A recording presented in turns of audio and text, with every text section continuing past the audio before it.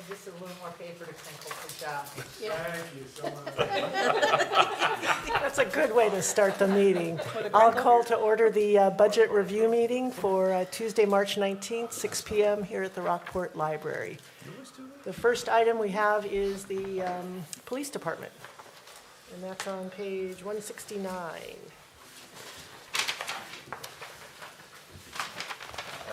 Just as a bit of introduction, so this is an area where we've made some significant changes from last year to this year. We are included in here a net of one new position, and the reasons for that are varied, and Chief can speak to it better than I.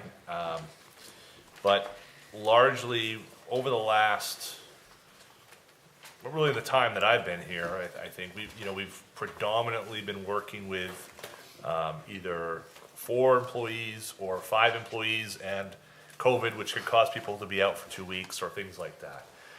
We've had an employee who was at the academy, and so basically our staffing and our scheduling is such that with our 5 employees, we are able to operate with built into the schedule only a modest amount of overtime. The challenge comes in when you have an absence, when someone departs from the department and retires or moves on to a new spot, or certainly someone's going to the academy or someone can't work alone. There's a number of different variables that we've run into here over the last 2.5 years that I've been around. And it seems to be, when I talk to Chief about these things, he's like, well, that's kind of the way it goes.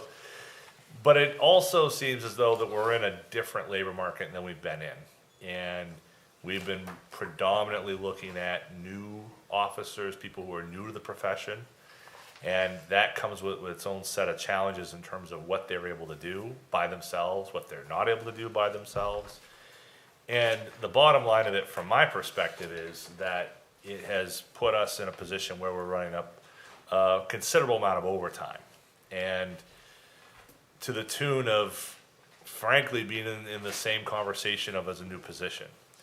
So we met, again, we went through that staffing needs, and we had one of our officers join Chief and I and Megan as we talked about what's the right steps forward, how do we deal with those issues. There are also, some concerns about how do we deal with, those who are used to the walk-up service, and how do we take all of that and put it into a package that makes sense. And so just merely looking at the cost side of it, I was inclined to think the best foot forward is to move away from a model where we're so close to that line of running overtime every week to one where, given who we are hiring, to add that one net new position, which frankly is not too far off from where we've been. Maybe Chief can explain that better than I, because I see a lot of quizzical looks. But go ahead, Chief, fire away. So I came over in July of 2016, and Rockport was fully staffed at the time. We had some vacancies that came about later on, but for the most part, Rockport stayed consistent. When everybody else was losing employees, we stayed great. I was getting people moving in and out of Camden, but then all of a sudden it caught up with us. You've probably seen in all the newspapers, everybody's looking for help, but the prices for police officers have gone through the roof in local agencies, so there's been a lot of shifting. Last year in Camden, out of 11-person patrol staff, I was down to 5 at one point. That's 11 people in Camden filling 24 hours a day. Rockport, you have 5 officers filling 24 hours a day. So the problem when you lose one person over here gets very complex. Throw in the sick time, as John mentioned. What we're getting for applicants now are mostly those that don't have any experience. So when we hire them, we've got to train them from ground zero. And that's a lot of time. So if we hire somebody that hasn't done any police-type training, we have to start off with phase one, which is 40 hours of online training. Then they move to phase two, which is 2 weeks at the academy. And then they have to come back once they graduate from that, and they have to do 80 hours of on-the-job training. That's just to get certified to be a part-time police officer. Then, once they're hired full-time, we have a 16-week field training program that we put those officers through. So if you already have a vacancy and you've hired a new patrol officer, you're still paying the overtime to fill that vacancy because that officer can't work by themselves. Right. They've got to be with a training officer until they're, so that's where you run up, you're burning up your regular hours, but you're also paying the overtime to fill that vacant shift. So with 5 people, you can try changing shifts around, but you still got to have the bodies to work the same amount of hours. I mean, you can take 2 feet off the top of the blanket, put it on the bottom, you still got the 24 hours that you need to fill. So we run into that overtime expense the whole time they're in that training program and we're filling those shifts. You get, like John said, COVID, you get somebody that's out for 2 weeks. We've had some employees that have taken quite a bit of sick time. I think PTO time, people are using more time as well. But we also want to keep our training to a standard that is above other agencies, because when you train at a higher level of training, we start training our officers at the patrol level at supervisory training. We do that to reduce liability and prepare them for future positions should they come up. There's no sense to promote somebody that hasn't had the training. You might as well have them trained prior to. So when you throw the training in there, you throw the vacancies in there, you can burn up overtime quite quick. Basically, we've been working at deficit staffing for probably the last 2 to 3 years. So if you are to put a 6th person on, you're basically filling what the 5 that you really want. It's going to cost you more money, but you'll have that person there. I think if we put that extra body on, I said this last week in Camden, we're at the first time in a long time that I have more applications than I do have for positions. And right now, Rockport has 2 officers, one that I've just got to get John to write the letter to have him start. And then if this second position is approved, we have somebody else that's going through some of the training right now, so they would be ready when funds become available for that. That's kind of unheard of, but we are seeing that positions being filled up in the area, so there's not so much jumping around as there was, which is great. I've been told Central Maine is really suffering for police officers. I don't know if some migrated to the south, but these agencies are paying extremely high rates of pay. I had to go before the Camden Select Board last year to get a $6 an hour increase across the board to kind of stop the exodus. Our officers are recruited every day of the week, trying to get them to go other places, and the offers are, sometimes they were $10 to $12 more an hour to start, lateral entry for pay and benefits, other incentives like canines, special enforcement, things like that. We've got a really dedicated staff here for the core group. You know, we're very fortunate that they have decided to stay here in Rockport. So we did very well with negotiations a few years ago to bring everybody's wages up.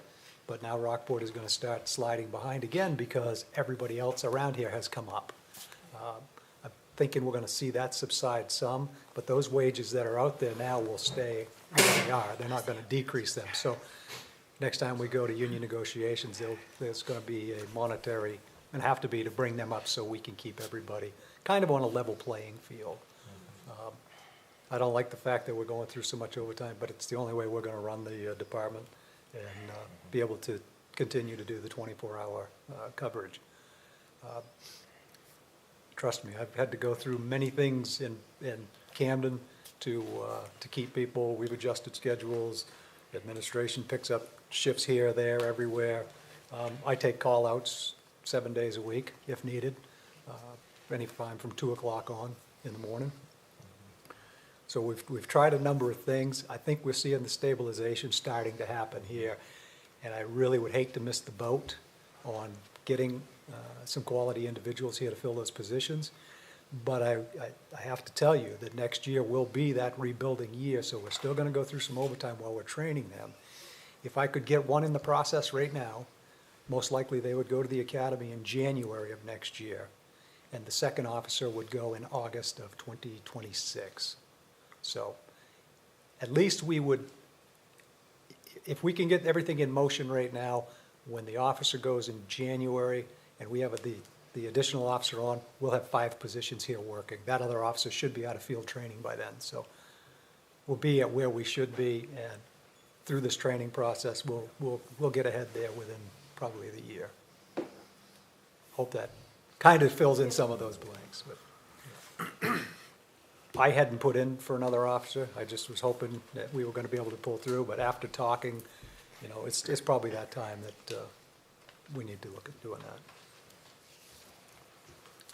that. And I'd also, and not to jump onto a different topic, but if you remember, I mentioned it at the outset when we talked about the overview. Last year, there were a number of different items that Chief had put aside and not put in the budget last year. There were a new cruiser, the new radars, some tech upgrades that were put aside because that issue of staffing and the issue of that contract, the union contract, was a substantial boost, but it also allowed us to keep all the people that we had basically employed when that contract was signed, pretty much the same, 4 folks we've got hired, and here with us right now. And as Chief said, they're very loyal to Rockport Police Department, and that loyalty, matters a lot. And they were there before, and they went through that process to go through a new contract, and that can be not easy. And again, that pull from other departments has been happening, but they love Rockport, they love working here. Really, what we're talking about and why this other position is really in the mix is looking at it, structurally and saying, it seems that it's a department built for another time, and the time we're in right now is one where we have to be mindful of the fact that even if we are hired, even if I sign that letter tomorrow, that person who is at the academy won't be back and able to work on their own full-time until May. 18 weeks. But, 18 weeks in the academy, so it would be May of 2025 before they'd be on their own. So Right. I probably should have thrown this in there as well, because we just went through this here. Not everybody who we put through all of this training makes the cut, That's right. unfortunately. But we have to make a decision at the end of their field training, which we give them every opportunity to excel and exceed. Sometimes this job is not for that person. So we've invested greatly in somebody to get them to the point where we had one recently that was a week away from going to the police academy, and it just was not working.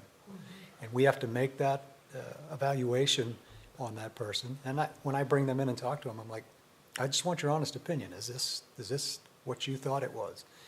And when they say, I love what I'm doing, but I don't think it's for me, well, they've made the right decision. And it's the right decision for them, but it's the right decision for us too, because that's got liability written all over it. So that's a great loss. And it's hard on our officers because they have invested a lot of their time in training these people, but they have to make those decisions based on their field performance. Because, it sounds cliche, but we put our lives in each other's hands every day. And you have to be able to trust that person. And they need to be able to trust you. And that takes a toll on the officers because they have done all that work. But for them to step up and say, yeah, this isn't working, and giving that person the opportunity to let us know how they feel as well. So just because we get somebody hired and we get them through, sometimes it doesn't work for everybody. I've got a general question about Police Academy itself. Yep. I had always been under the impression that people decide, I want to be in the police work, and I will go to the academy and do that, and when I get out of the academy, then I will find a job. Am I totally backwards? You have to be hired or sponsored by an agency to attend the police academy. Okay. There are levels. You can go and you can become a reserve police officer, which is part-time certified. Okay, but I don't use them because the liability is too great. Okay. I would rather just make sure that we have full-time, full certified police officers. Back in the day, that's how everybody got their foot in the door. I started as a reserve officer for Camden October 1st, 1988, I started. I got called to work a detail. That was the day after I graduated from the reserve school. And then I worked 7 days a week until I was hired, plus worked a full-time job, till I got hired in 1989. It was January 3rd, 1989, I got put on full-time. There was no FTO training. It was, here's the keys, don't get in any trouble. And that's what your training was. The liability is so great out there now that it's hard. Bigger department, you might be able to, where you've got constant, somebody to be with that person, but smaller agencies, I shy away from doing it. Yeah, that explains a lot in the way all Yep. this has been going then. Yeah, it's I all. wasn't sure if it was It's just all because of the liability forced economy. changes is what it's been. I mean, you can. And then I think the other thing is if we do pay for the police academy for an officer who ends up leaving Rockport and moves somewhere else, that other jurisdiction, That's correct. Reimburses It's up to about us. $46,600, I think, for the first year, and then it decreases by so much each year. But that's only if they graduate from the academy, and you've made that investment in them. And that's for 5 years. It's a so you get decrease. reimbursed. You get reimbursement for 5 years. If somebody leaves your department after they graduate from the academy, Okay. first year it's 46,000 something, the next year it's 38,000, then it's diminishing until after 5 years where there's no, Get reimbursed by the. By the people department went they go to. work for, okay, Yeah. okay. Yeah. That's helpful. And if we hire somebody. Same somebody thing, does the we- yeah. so. So the field training is in-house, and then after that's completed is when they go to the academy? yeah, we do Okay. our field training in-house. Janet? I have a question on line 3060, taser cruiser body camera contract. Do you want to remove it? Yeah, Are we allowed to move the mics? this time. So I can answer that for you, Janet. I want to know how you feel about it being taken out. And is there anything that do you feel strong enough that something else could be cut so that you could have that? Okay, so what I'm looking to do is upgrade to an Axon system, which integrates our cruiser cameras, tasers, and body-worn cameras, which we don't have the body-worn cameras right now. So this is a contract over 5 years. It would be $25,000 a year for that. And this is for hardware, software, licensing, cloud service, and whatnot. My budget, as you have noticed, is a lot higher this year than it was last. Yeah? So that is something that I don't want to take out, but I totally understand that we need to make some sacrifices where we can. I would like another year to look at this program, because Axon is the only one who is offering a redundancy system. They offer all three products together. So I'd like to do a little more research on that to see if there's grant funding that might be available for it, to see if anybody else comes out with a similar system that might not be as much. I mean, cheap things aren't good, good things aren't cheap, and I want quality equipment. We currently have cruiser cameras that have a remote mic that the officer wears. It does not video, but we do get audio up to 1,000 feet. Our officers do have tasers right now. The only thing we don't have is the body cameras. What I like about the Axon system is the redundancy of it is if you turn the blue lights on, the camera comes on automatically. If the officer gets out of the car and for some reason has to draw their weapon, the body camera, the weapon will trip the body camera to come on, the cruiser camera comes on, and anybody else who is at that scene, their cameras kick on as well. So you get views from every angle. It's also, when the taser gets pulled, it activates the camera as well. So you're getting video from everybody. Everybody in that vicinity's camera goes off and starts recording. The redundancy of it is important because then there's, well, this got shut off,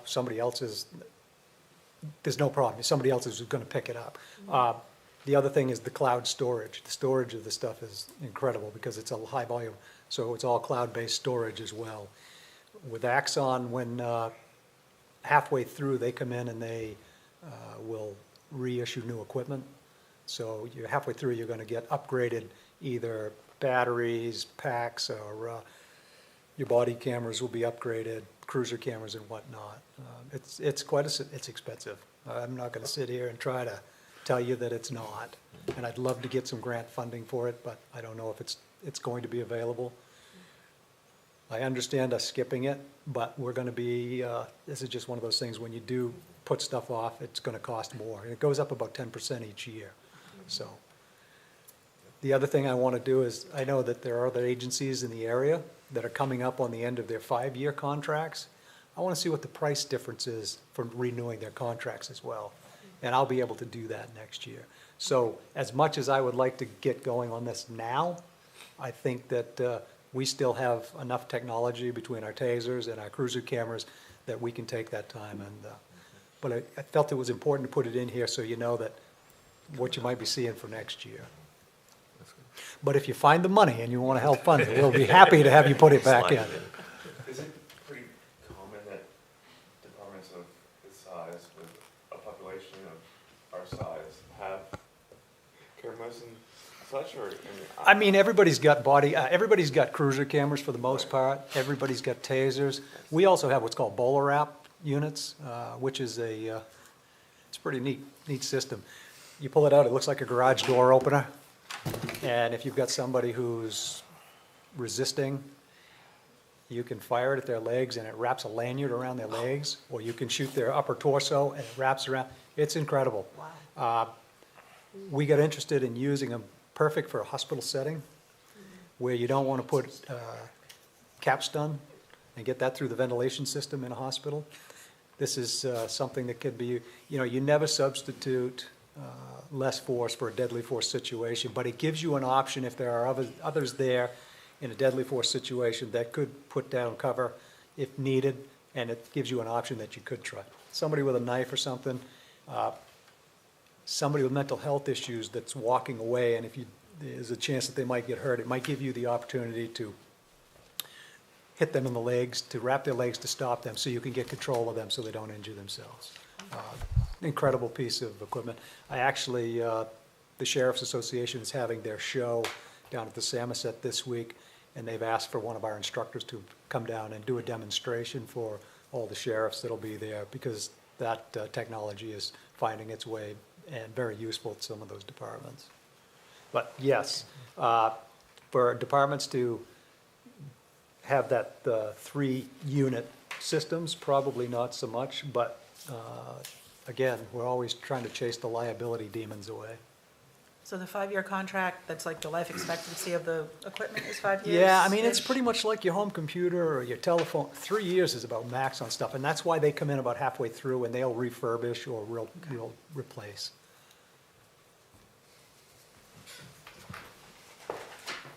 On the personnel for the added position, is that, like, it seems like when you were talking before, most of the issues that we have are because of turnover, because of training and an unfilled position.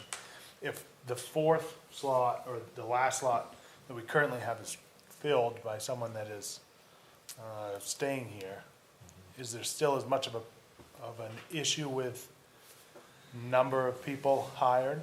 Well, I think this is a great segue into what we're dealing with out there in reality as far as policing.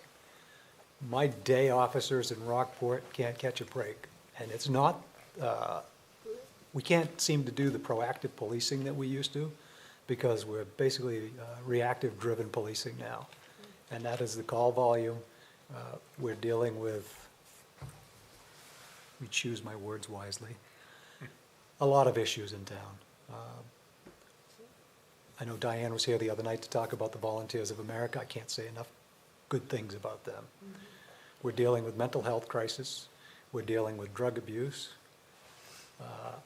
We're dealing with other things that I don't want to talk about here, but there are things that are finding their way into our tranquil little towns along the mid-coast that we should be very concerned about, and we are.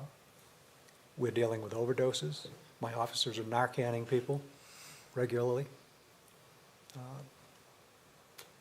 Some people ask me, well, they do this stuff themselves. Sorry, we don't have a choice to decide. We're not God. We're going to save whoever we can.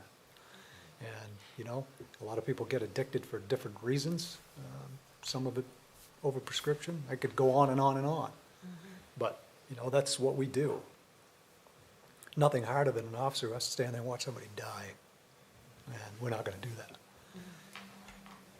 I'd love to get back to, hey, go out, you just write the speeding tickets, and you know, the officers are trying to do what they can every day. They try to be in the school systems, they try to stop at the school, they try to be here, there, and everywhere.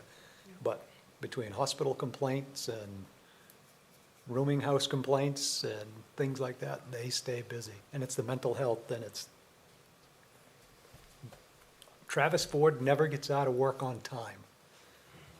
That man gets out of work at 4 o'clock on Wednesday. I don't think since I've been here, he's ever got out when he's supposed to. Doesn't say a word, he just does his job. But when you're a one-man show or a one-lady show, it's tough, because you don't have somebody else to break that up. Now, if you have that extra position, and then you can feed them in somewhere in the middle, there's a break. Then you've got more people on that can have to cover calls and assist with, you know, that extra call volume. I don't see that slowing down. Unless there's gonna be a big societal shift here, I just don't see it. I mean, we get calls about somebody harassing somebody on Facebook. I mean, the calls that we get today are nothing like they used to be. Wow. Yeah, you sometimes wonder if there's other ways to, I mean, Volunteers of America is a good start. Well, and that's why we wanted to bring them on board, because, you know, we don't have that opportunity to do that follow-up on the person that we might take to the hospital on one day who's having a very bad day. And I can tell you, I spent December 23rd, which was a Saturday, 7 hours in the emergency room with somebody in mental health crisis who had made some pretty severe threats. And I stayed with them the whole time through their evaluation period, and then they decided that they would keep them overnight. They were released the next day. We never even got a phone call.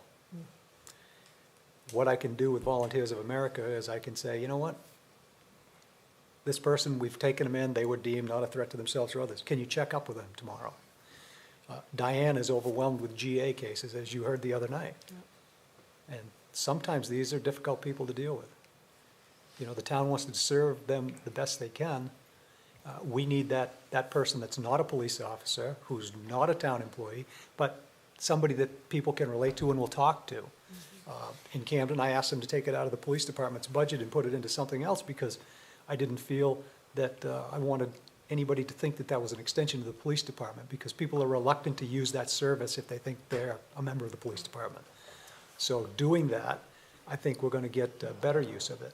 Now, Allison Richards, who is our community liaison officer, does great. I mean, she's working for Camden and Rockland, and VOA has found ways to actually help Rockport out until you decide if you want that service or not. And it's been a huge success. And I think we will probably expand on it at some point. But we're still in the trial period. I know Chief Carroll and I both are very happy with the services that we have gotten. But that helps to free that officer up, so they're not going to go back and have to do that follow-up. Now, if there's an issue, the community liaison officer will get in touch with the officer, let them know, and we'll address it then. But we need somebody to be able to do those things, to follow up, to free up staff time. Speaking of questions, only two. Oh, I Only thought I two. was going to get out of it. Go ahead. No. Go ahead. You know, I know every year the budget presentation changes, and there's things that are consolidated, there's some lines, but I'm looking at, because I know Megan had alluded to this year, we're at 80,000 for overtime, and I don't particularly care about the breakdown, but what was it in 22, 23, and what has been budgeted for 24, 25? I want to say last year it was 70. Does that sound right when we talked about it? 70. We were at 80 in January. Yep. So we're projecting just over 100 for this year, but we left it at 80, thinking that we'd be able to fill the position we have now. They would be able to be off FTO training for a period of time, which we wouldn't be paying additional overtime. We would have to pay additional overtime while they're at the academy, and then there'd be a few weeks when they return from the academy that we wouldn't be paying additional overtime. where do you find that in here? I don't see where it's depicted in any line. It's just included in their wages, that's what we So- pay out for wages So for the the police department. 588 is inclusive of the overtime All portion. wages, yeah. Okay. Yeah, and I So think that- for 23, 24, we budgeted 478, but we've spent, I'm assuming as of 12/31, so we spent 265, which would be I 530. guess where I'm going is if you back out the 100 out of the 588, we're at 488. So 488 would be the wages and then the 100,000 for the overtime. So back to what, roughly. Oh, I was ready for question number 2. Well, it's not so much of a question as on page 65 with your revenues, I mean, your reserves, on the fourth from the bottom, the G46716. Training reserve. Isn't that where you get paid, where there's money set aside to pay departments, or they pay you? Mark, which one is that? Correct. I'm sorry. That is, but I think what we didn't add in extra because we're gonna end up sending 2 of them to the academy most likely. Well, I guess Next year, it so. says training reserves. I mean, one of those is probably to pay the state police if they ever ask for their money. No, Did they have already been paid? no, they never asked for it. Well, that's what I mean. So That we've person had is- money in there forever. That person is no longer employed here, and they've gone past their 5 years. so. So I guess where I'm going is, why can't we use then some of that money for your camera equipment? I'm 'Cause it's happy to do whatever, I think I would rather I mean, take, it's there because people have paid us because they've hired people. I appreciate where you're going with it, but I think there may be other ways. I'd like to leave All that right. in there. Yeah. I do appreciate it. The last time we sent somebody to the academy, we used that money to offset the supplies that we have to equip them with before they go to the academy, which is several $1,000s, depending on if we have equipment that already fits them or we have to buy all new equipment. So with hiring 2 officers, it's likely that we would come to the board and ask for that expense to come out of that reserve account. But yeah, still, 53 isn't gonna be touching anywhere near what you're gonna be. So buying. I think, going along your lines of thinking, Yeah. I think what we should do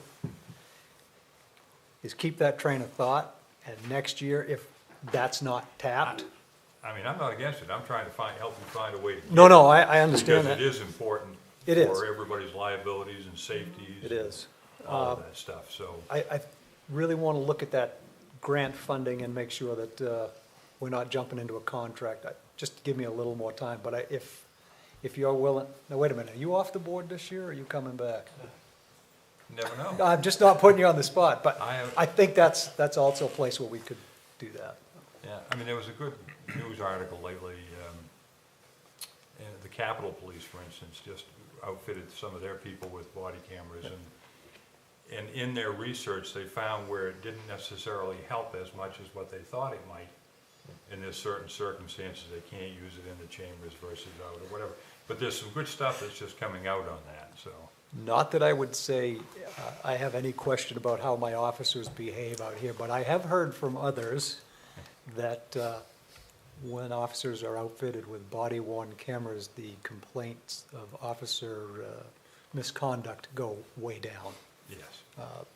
I have not had that with Rockport PD. I very seldom ever get a complaint, but it puts it in the mind that it's, I mean, I'm one of the old guys. I never had anything like that. Mark didn't. What do I do when I show up? I look to make sure that everybody's red light's on, so I know that they're recording.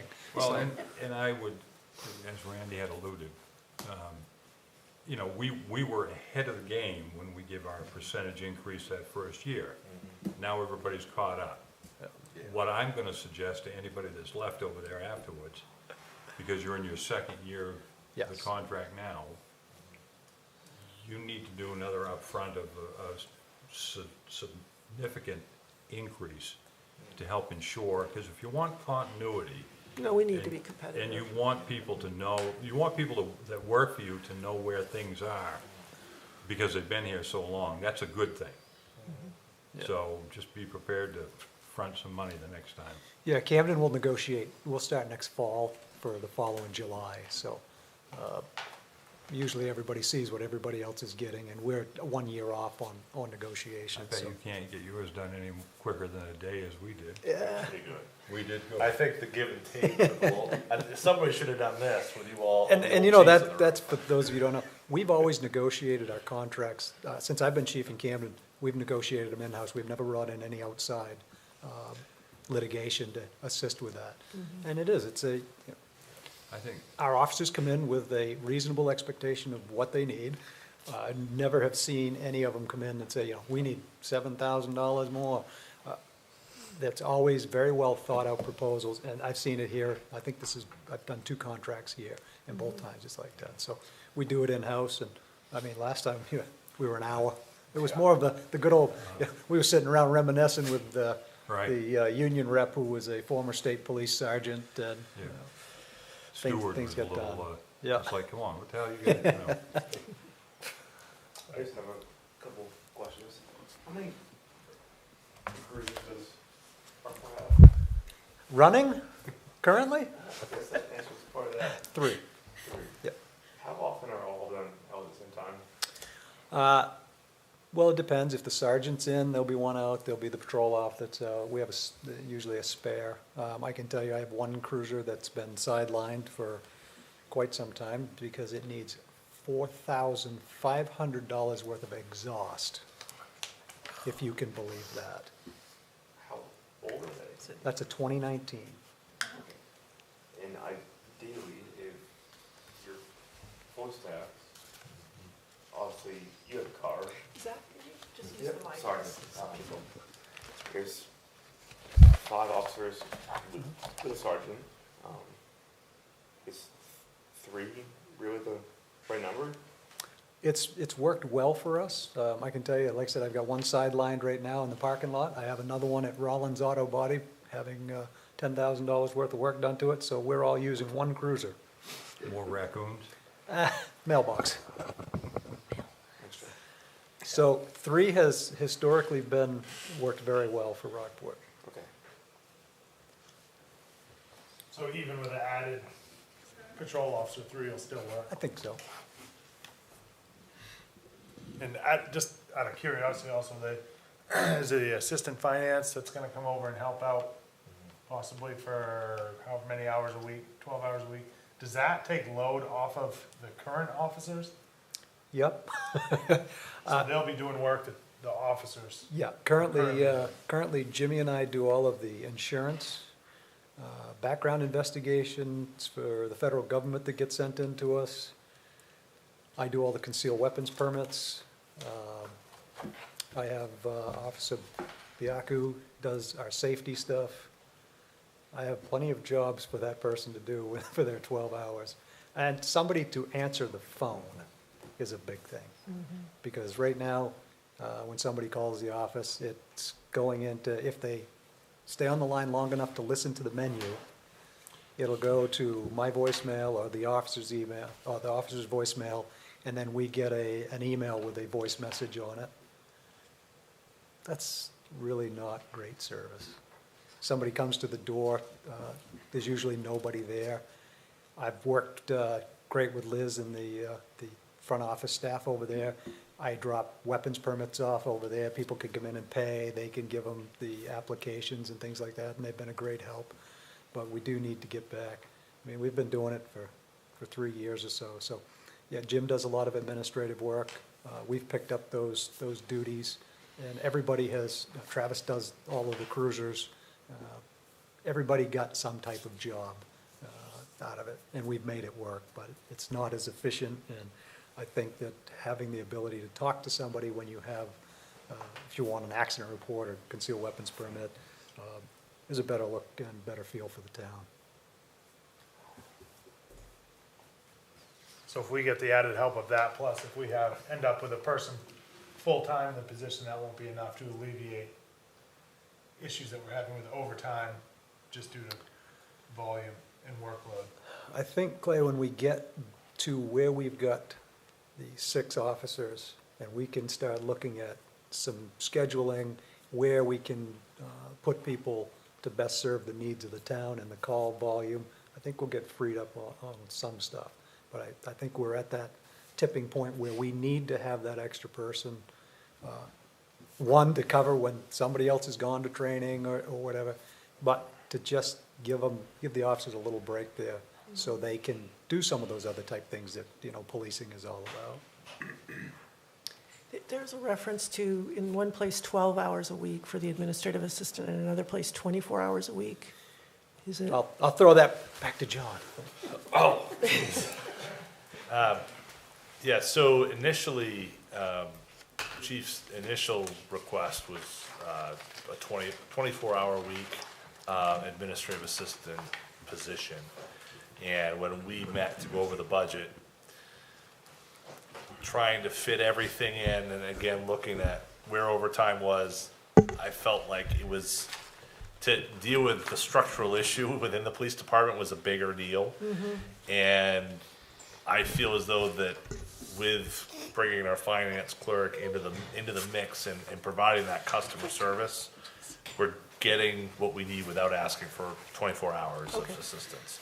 She'll stay in the town office. She won't be Right. over at the police station. So she'll be available to people that come in, or their phone lines will just be transferred to the town office. So it's just a instead of- question of how you allocate the time Exactly. for which budget?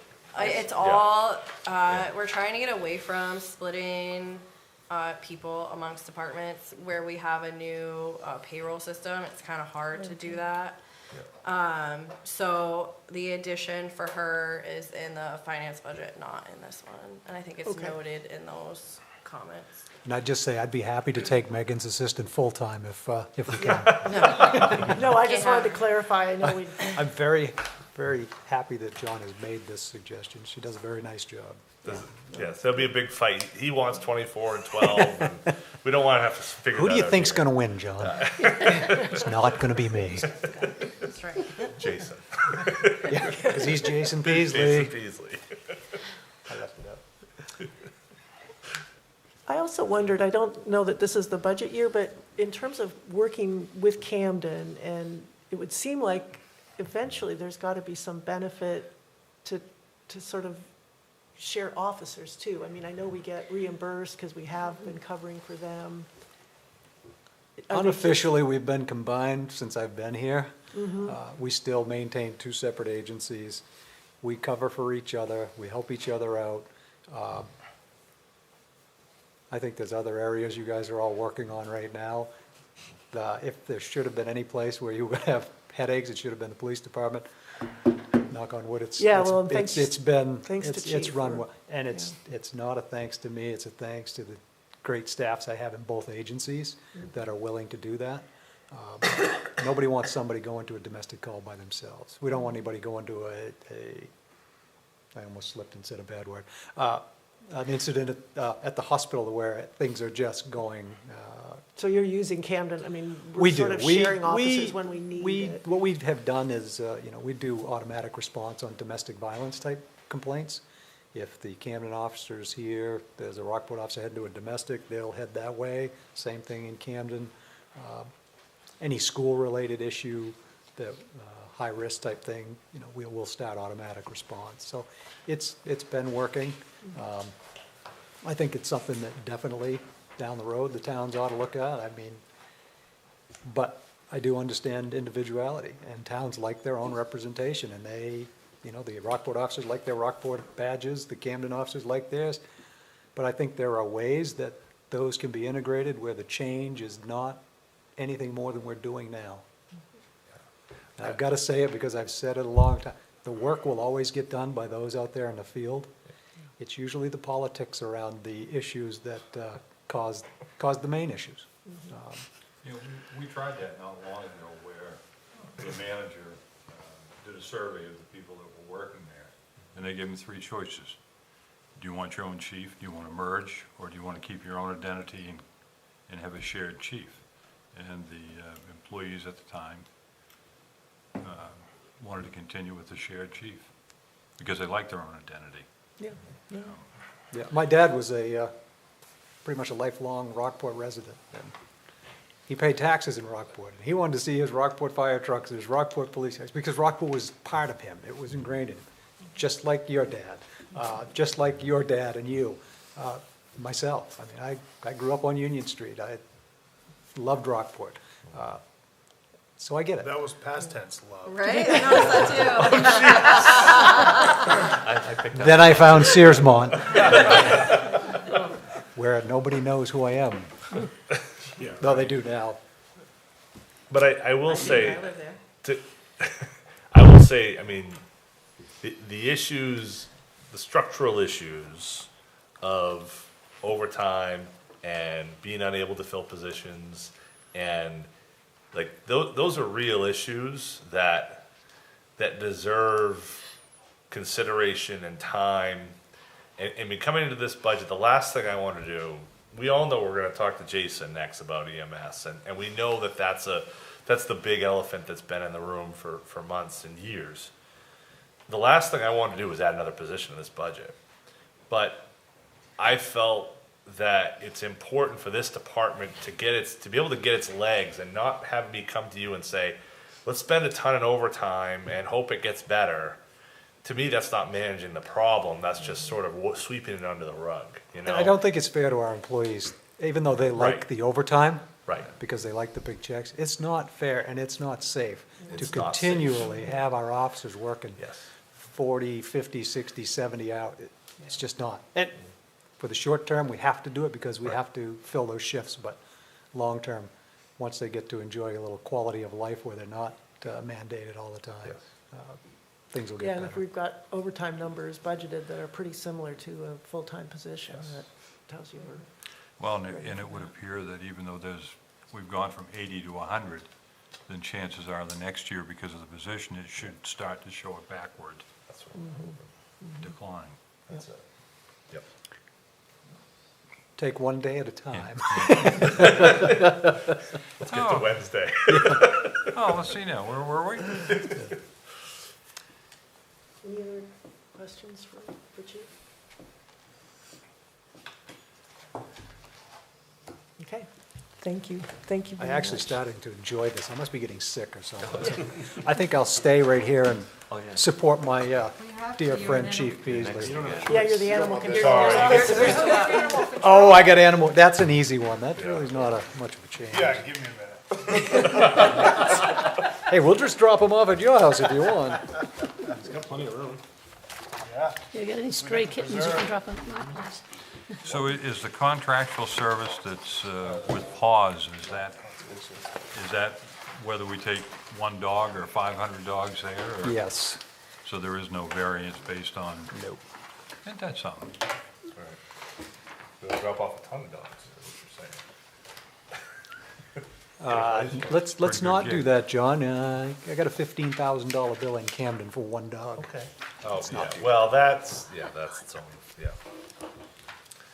I know this is a very small piece of the budget. I just had a question when it talked about major accomplishments, where we had Officer Del Vecchio, who's apparently getting the dangerous animals and is saving us all a lot of money. But I just didn't see where that was reflected in the line items. So what we do with animal control, for the most part, is if Fido's out for a run and he's not supposed to be, and he'll get in the cruiser, the officers will drop them off at PAWS if they don't know who the owner is. We bring Officer Del Vecchio in if it's an animal bite, it needs to be followed up on, dangerous animal or something like that. And how I pay him is, we just go with overtime, call-out rate. Very rarely does he So get called out. that's under the police department Yeah. budget, really, that overtime? That's where it has been coming from. Okay. so. We don't get a lot that he has to follow up on, or if he has to follow up on something, it's usually he can do it, he works night shift, so he can do it when he's on duty. Okay.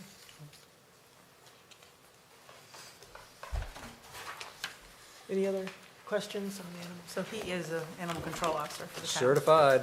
Yep. We don't have to hire somebody else out. No. No, and that's actually saved a lot. I think we used to spend $5,000 or $6,000 a year for an ACO, and the call volume was nothing. Yeah. Great. Okay. Next, we got, public safety building. I guess you're not done yet.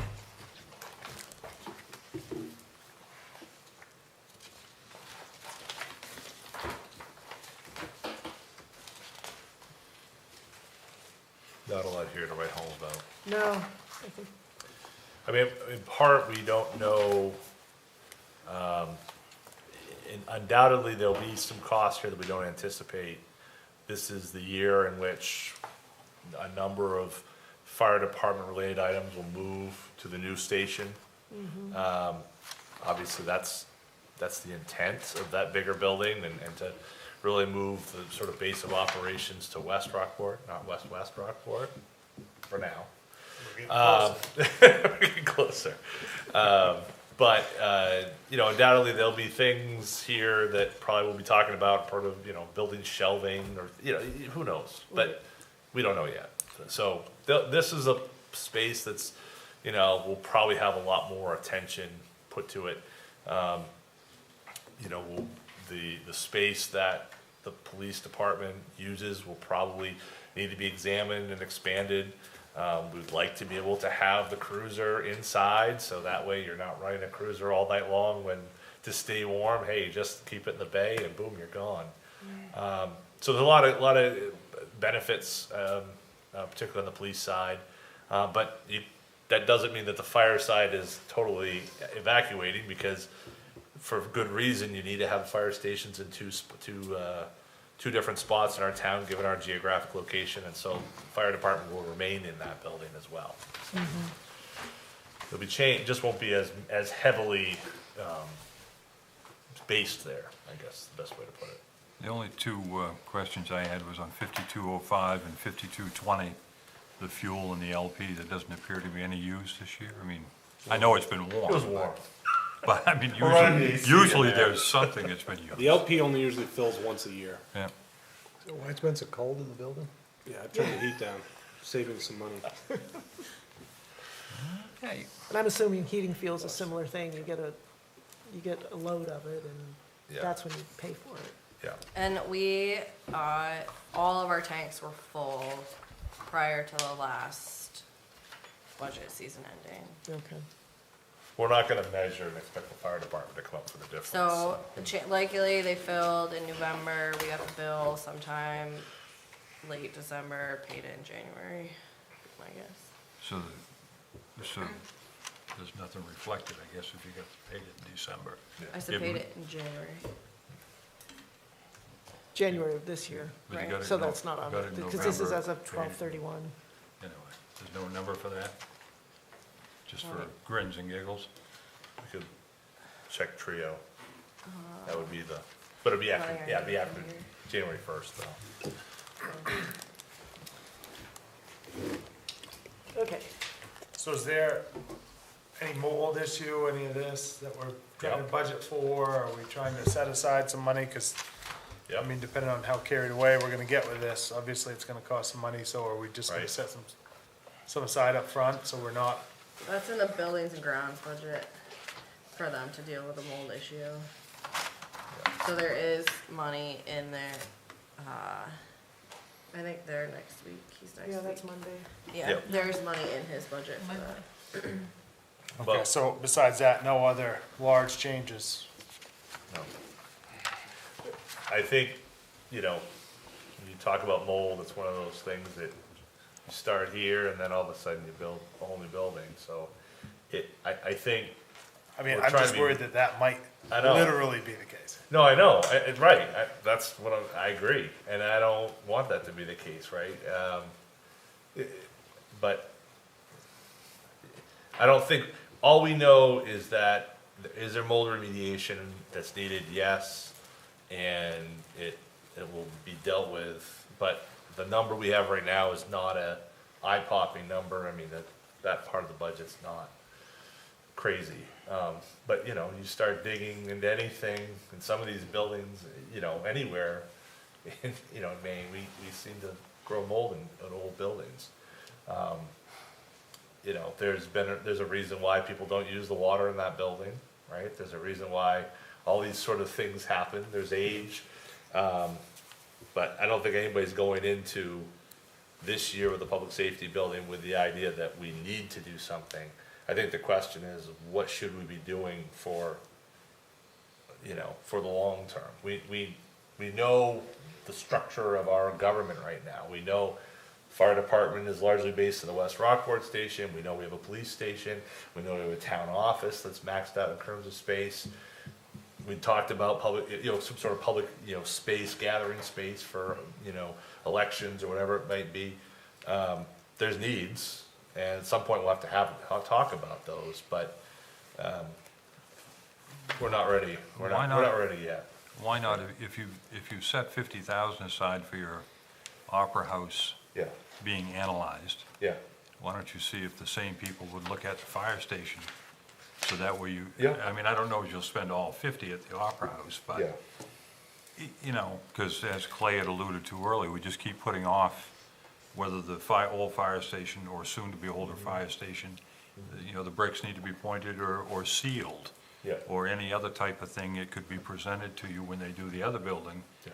And then you've got an idea of what you need to go forward into next year's budget. Yeah, no, I think it's a good point, Mark. Especially because I think that's our next oldest building besides the Opera House, right? Yep.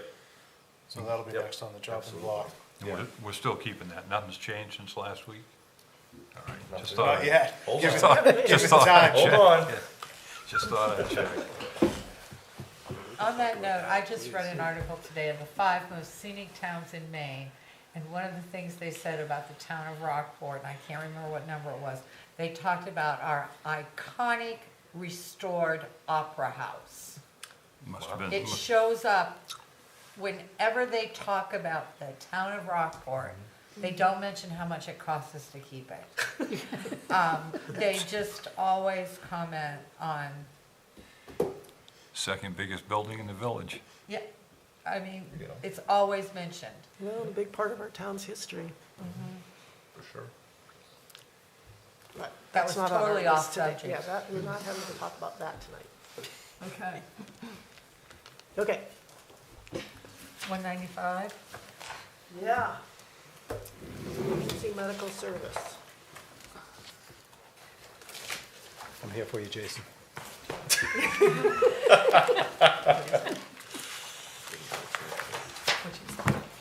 Get those lifesavers. Okay. This has been a long time in coming to this point. I think by the time whatever is used in this budget goes into effect, it may not look exactly like it does today.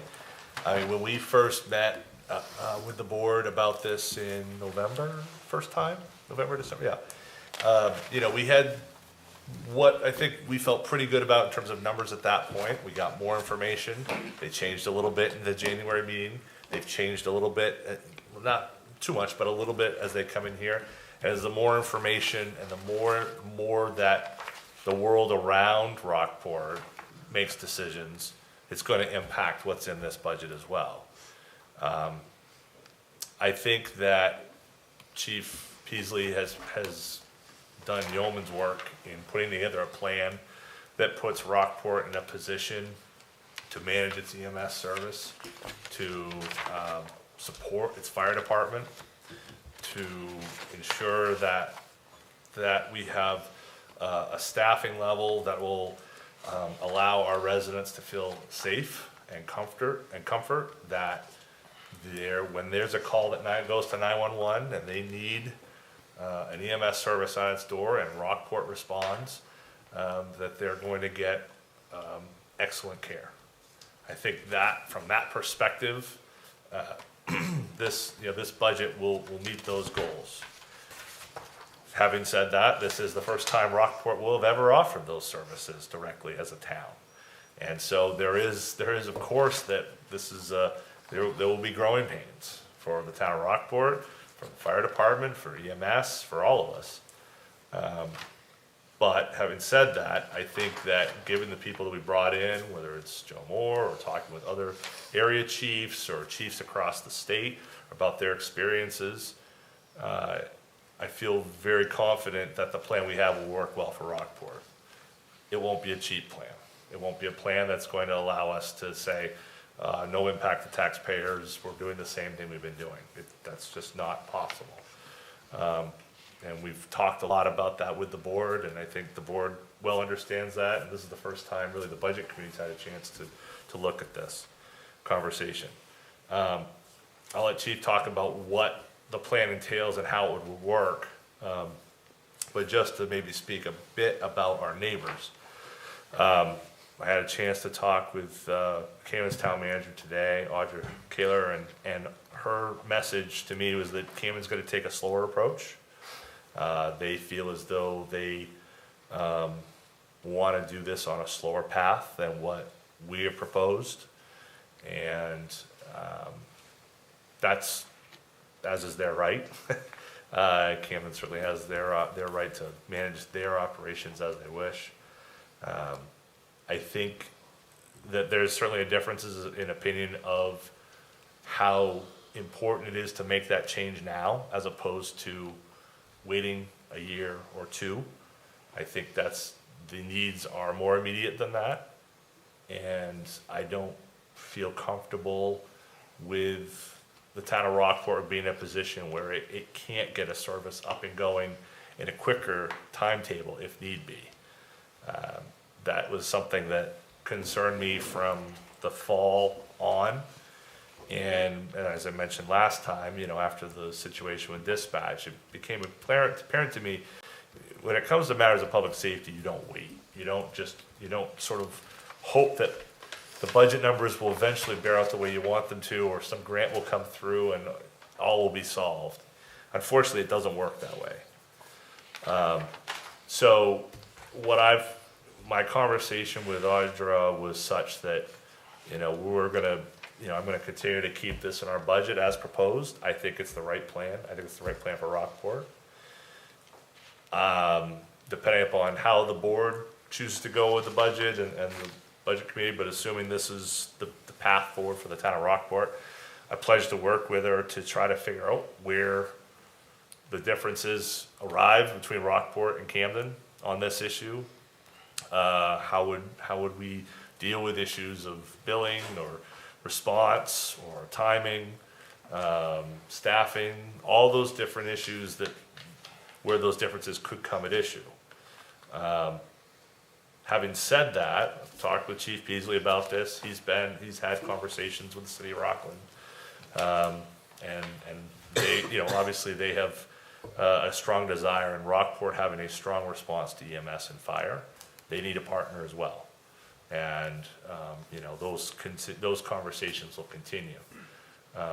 But I feel like we have a good plan here, and I think it's one that will, the timing of the new station and the work that's been done in preparation prior to this budget and through this fall and winter, and then continuing through into the summer, will put us in a really strong position to not only operate, but hire. And I think that's really the challenge here is the hiring. Hiring 6 people in this economy is not easy. I don't care what they're doing. But I know that there's been a lot of conversations. We've got a strong position from which where we would be attracting employees. And I think also and Chief will talk about it, how we are structuring the positions such that they would be, I think, attractive to people, not just people who are living in Rockport or in the mid-coast, but really statewide. This isn't something where, you have to live in, Searsmont, like Randy, to take this job. You could be living in Portland and come up here and you've got your 24-hour and then you head back home. So, the pool of candidates we'd be drawing from is a much wider.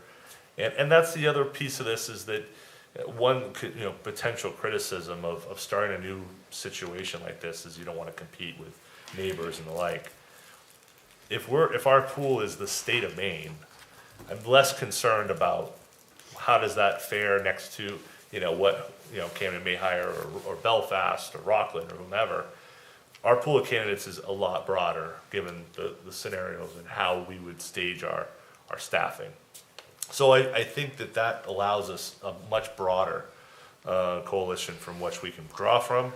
And then, by starting that process, presumably right after our budget would be approved, we're going to have several months to staff up, get ourselves to a strong point, and also then work with, if we need more time with a Northeast or another provider, we've put money in our budget to allow us that room to work from. So I think we've covered a lot of bases. I think we've covered a lot of contingencies. You know, would I like it if we had a partner next door who was on the same timetable as us? Absolutely. But that is their right, and, you know, we'll work with them to the best of our abilities wherever they may lie, so. So, John, Yeah, so what you're saying is that Camden will still be using Northeast? as will we, for a period of time, yeah, Right, but even after we don't, right. and we don't know how much that would be. They've talked about a period into 2025 that they would be tied, or 2025 into fiscal year 26, depending upon how long they would go with Northeast. But Okay. it's unclear, you know, that what they're planning to do, from what I understand, is stagger their hiring of employees. But again, that's the manager's plan, and, you know, Right. just in the same route that, you know, this could be completely different in 5 Yeah. minutes too, right? Right, Yeah. so, but Northeast right now is physically based down near our Public Works. Yeah. Would they would stay there but service Yeah, Camden? Yeah. Okay. yep, Do they pay us rent then? no, no, I wish. We've talked about it, and it might be here, but I'm not Yeah. going to, what do we pay Northeast? It's budgeted right now for 127,000, which is half of our contract that they proposed, Why So- just half? because that gets us through December 31st. And then this takes over in December? Yeah, that's right. I mean, there's a hiring, this budget is hiring as of September 15th. Right, to get us ready for the end of the year when we Right. dump, Right, when we exactly. let them go. I guess dump wasn't the best word, but. So we, Yeah, I'm just gonna have to say, it. So we Yeah, pay go for it. 127,000 a year yep, for half a year. that's right. It's But- more than 120. So 254 or whatever. Yeah. Yes. The full year would have been 254. And for us to do it ourselves, Mhm. it's $798,665. Yep, But that's to get everything set up. I- They're already set up and ready to go. Okay, so if we weren't set up, Mhm. Megan, if you took out the setup costs that are in this budget, The only cost that would be removed from this budget next year would essentially be the EMS contract with Northeast. But because the wages aren't starting until September 15th, my guess is that the wages from July 1st to September 15th of next year will replace that 127,000 that we'd be paying Northeast. okay, so we'd still have all these capital expenses next year too? So the capital expenses are offset by using the Weidman investment funds. So that, the plan is that investment would make the annual ambulance lease payment. And then any major capital equipment costs that we have. So like the 46,000 that's in here for the heart monitor and the stair chair, and in addition to the lease payment for the ambulance, is all being offset by those investment funds. Indefinitely, or just once? The plan, the hope would be indefinitely, that we would be able to still earn enough interest on those investment funds and just use what we're accruing on those investment funds to make those purchases.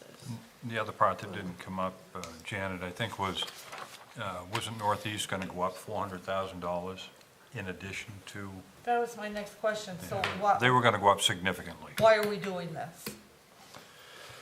Well, in short, I think the reason why we're doing this is that for-profit ambulance services are going away. And they're going away because they're not profitable.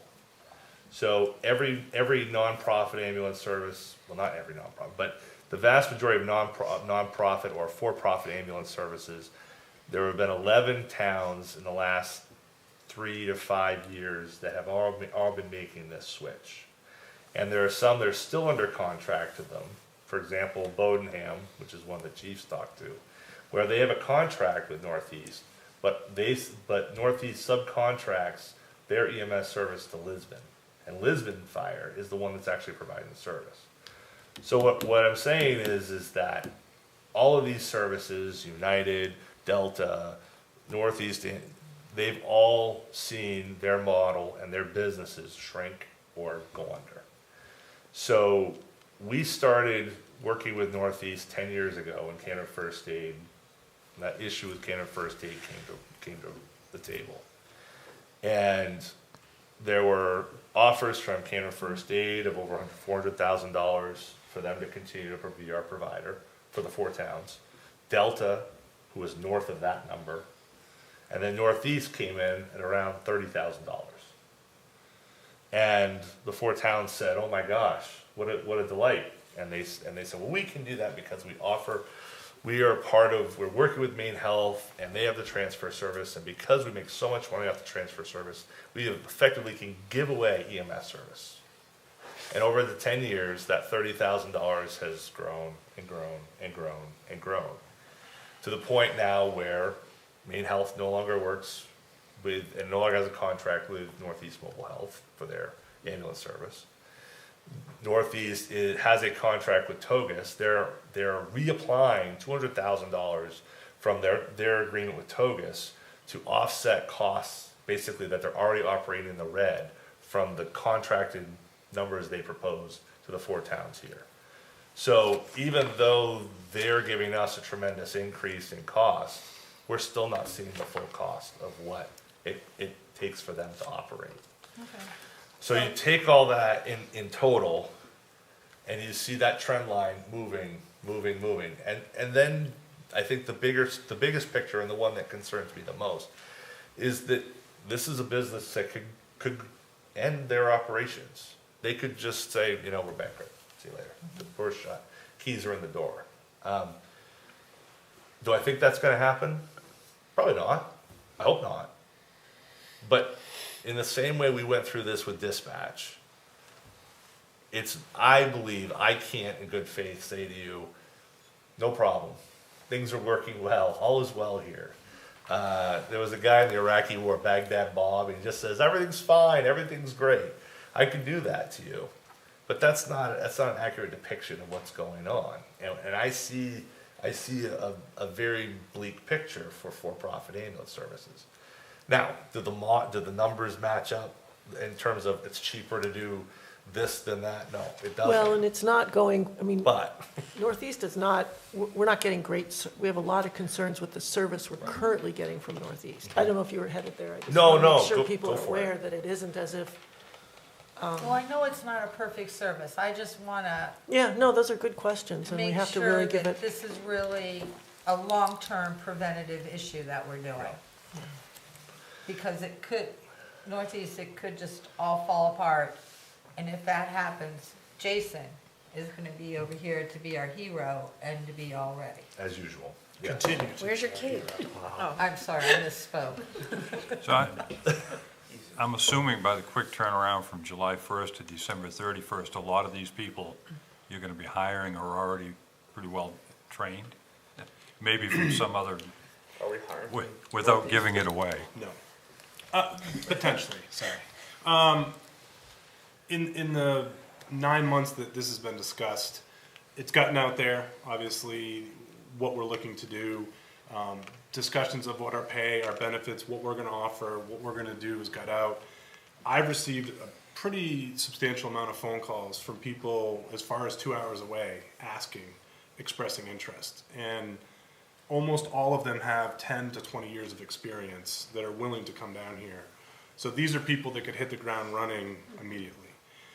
To John's point, I don't think Northeast will just close and shut the door, but if they did, we have no coverage other than Rockland if they're available to protect Camden, Rockport, Hope, and Lincolnville. We had we had 598 EMS calls last year. I believe Camden's upwards of 2,000 calls. So back to being prepared. There's only a few of you left here that, for the last 5 years, I've been presenting at every budget meeting that we have to start looking at the future of full-time fire and EMS. It's not just EMS, keep in mind. These aren't just gonna be EMS people, they're gonna be doing fire stuff too. Clay can attest, in 2.5 years, we've had one volunteer step up to our door to volunteer. I have 4 people over the age of 75 on our department still. Nobody's doing volunteer work anymore. This isn't just here, this is across America. I mean, Camden suffering, Lincolnville suffering, Hope suffering, we're all suffering from the lack of volunteers.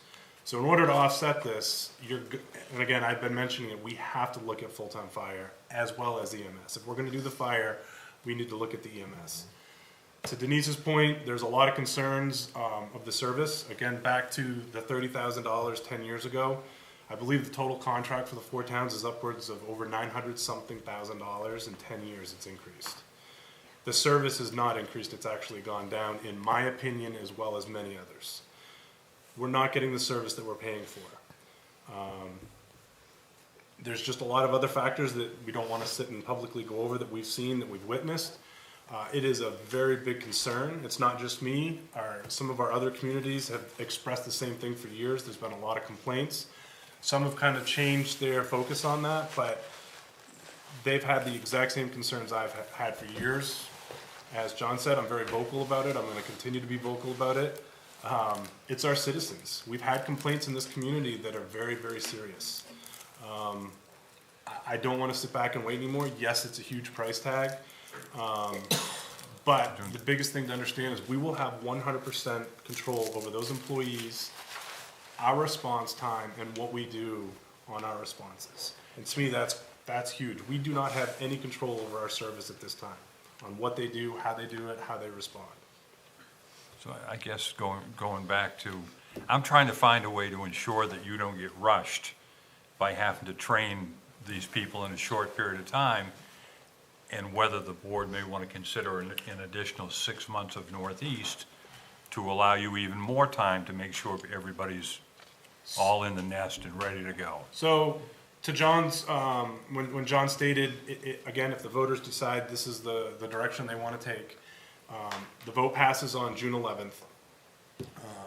Whenever the hiring process would start, that's something we would work with. We would start on September 15th. That would give us 2.5 to 3 months, actually 3.5 months, to have these people employed, to have these people working with Northeast side by side, responding to these calls with Northeast, getting them up to speed to our policies, our procedures, our town, and how we respond. December 1st or December 31st, it could be January 31st. At that time, the contract could be ended at that time. And Northeast is okay with us doing the ride-alongs and the training? Well, it would be part of a contract. It's their contract, it's part of the contract. It's part of the contract. Well, it would be part of that contract for us. They've signed a mutual aid agreement, they've signed an agreement for first responders. So at this time, if we started first responding, we could respond with them through Maine EMS. So they have signed an agreement through Maine EMS for us to start responding with them. We haven't done that yet because we don't have the personnel. You have to get your license first, then you have to get your transport license. There's a lot to go into this before we can even start doing anything. And that's the other problem. If they were to pull out, it takes probably 5 months for us to get our EMS transport license, all your Medicares, all your billing information, to get the ambulance, to get people trained up. So it would be a substantial amount of time before we'd even be ready to go if something happened. And that's all I was doing, was trying to make sure there was enough overlap. We have at least a roughly 3.5 month time frame where we would have employees working full time on the 24-hour shifts, responding to calls, and doing the EMS work, yes. But again, I feel most of the medics that we have would be more tenured than, say, the firefighter basic. As far as calls and training go, I mean, what percentage of calls is more than medic basic or? I don't have that report because it's from Northeast, that's their report. I don't have the specifics. I think we might have got one, but I don't know the percentage of what it is.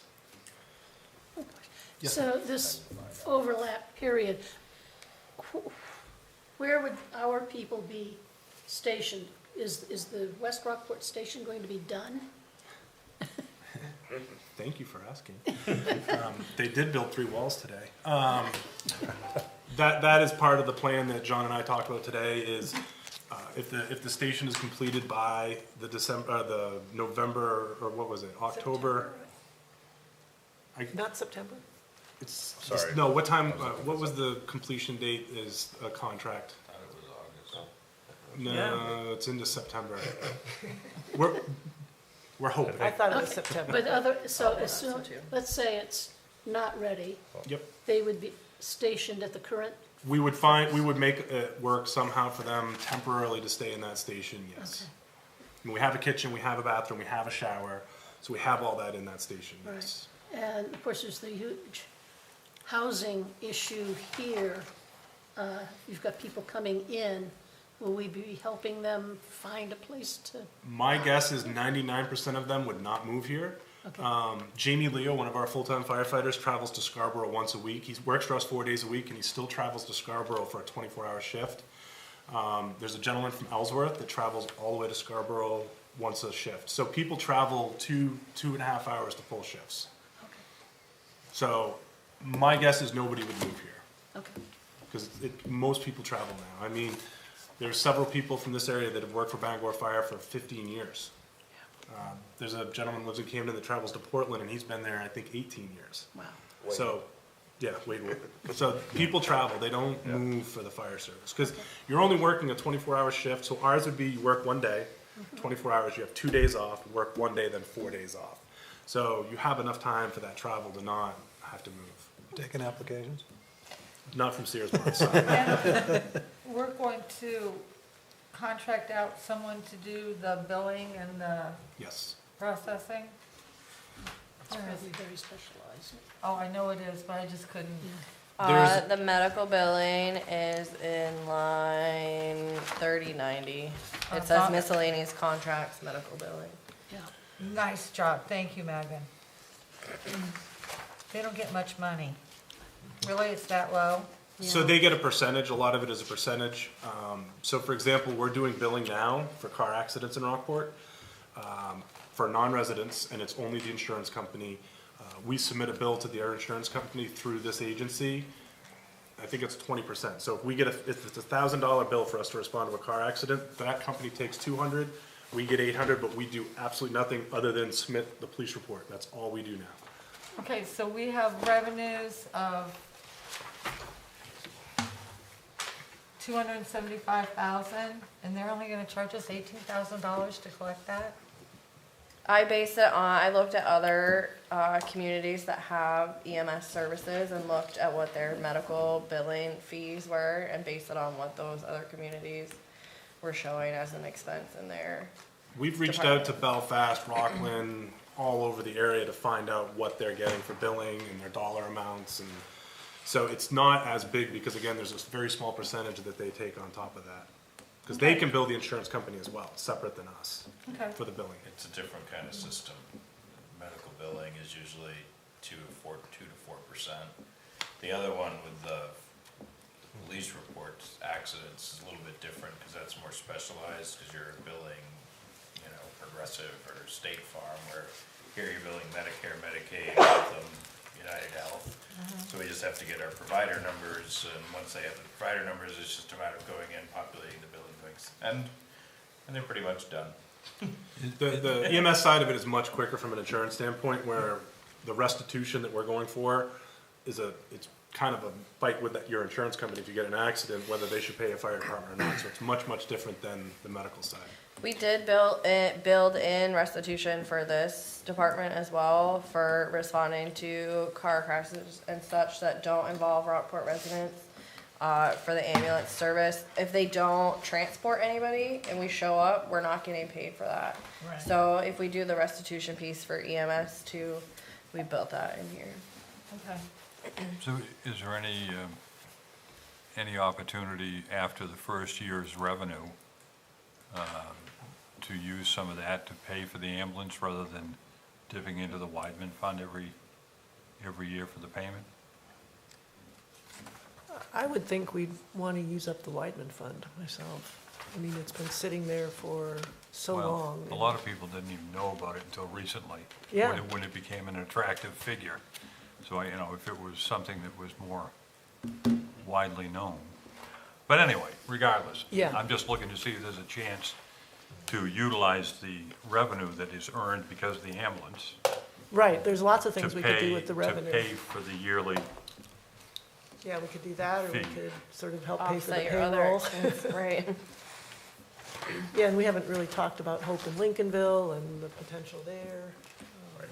So, anyway. I'm all So done. these EMT guys, they're gonna be responding to alarm investigations and everything, or they're stationary just for EMS calls? They respond to EMS calls, or respond to EMS as well as fire calls.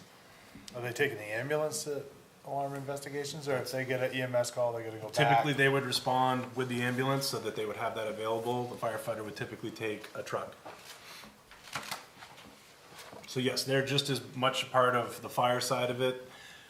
Our hopes is if we can find medics that are firefighter qualified, it's exactly the same in Rockland. All of their medics are firefighters, and if there's a structure fire, they're all inside working. If something happens outside where they need that medic, then they get pulled out and they go attend to the EMS side of it. But they're gonna do the same cleaning, the same exact things as the firefighters. It's gonna be a joint effort. Everybody shares the work and the duties. We haven't talked about it here too, but, you know, there's also the fact that we're gonna have 2 more employees working, right? And there's sort of ancillary benefits to this that are more than just fighting fires and more than just responding to calls, that, you know, you're gonna have people who have, you know, some medical abilities. So blood pressure checks and, you know, having blood drives and things that sort of broaden the scope of what the town can provide. You know, not all of us here necessarily are aware of it, but there are a lot of calls for service that, whether it's on the police side or it's on the fire side of things, that our officers, our firefighters respond to, Jason responds to, that really aren't necessarily what we would think about when maybe one of us would want to call 911 or call the fire station, say, hey, I'm wondering about blah, blah, blah, blah, blah.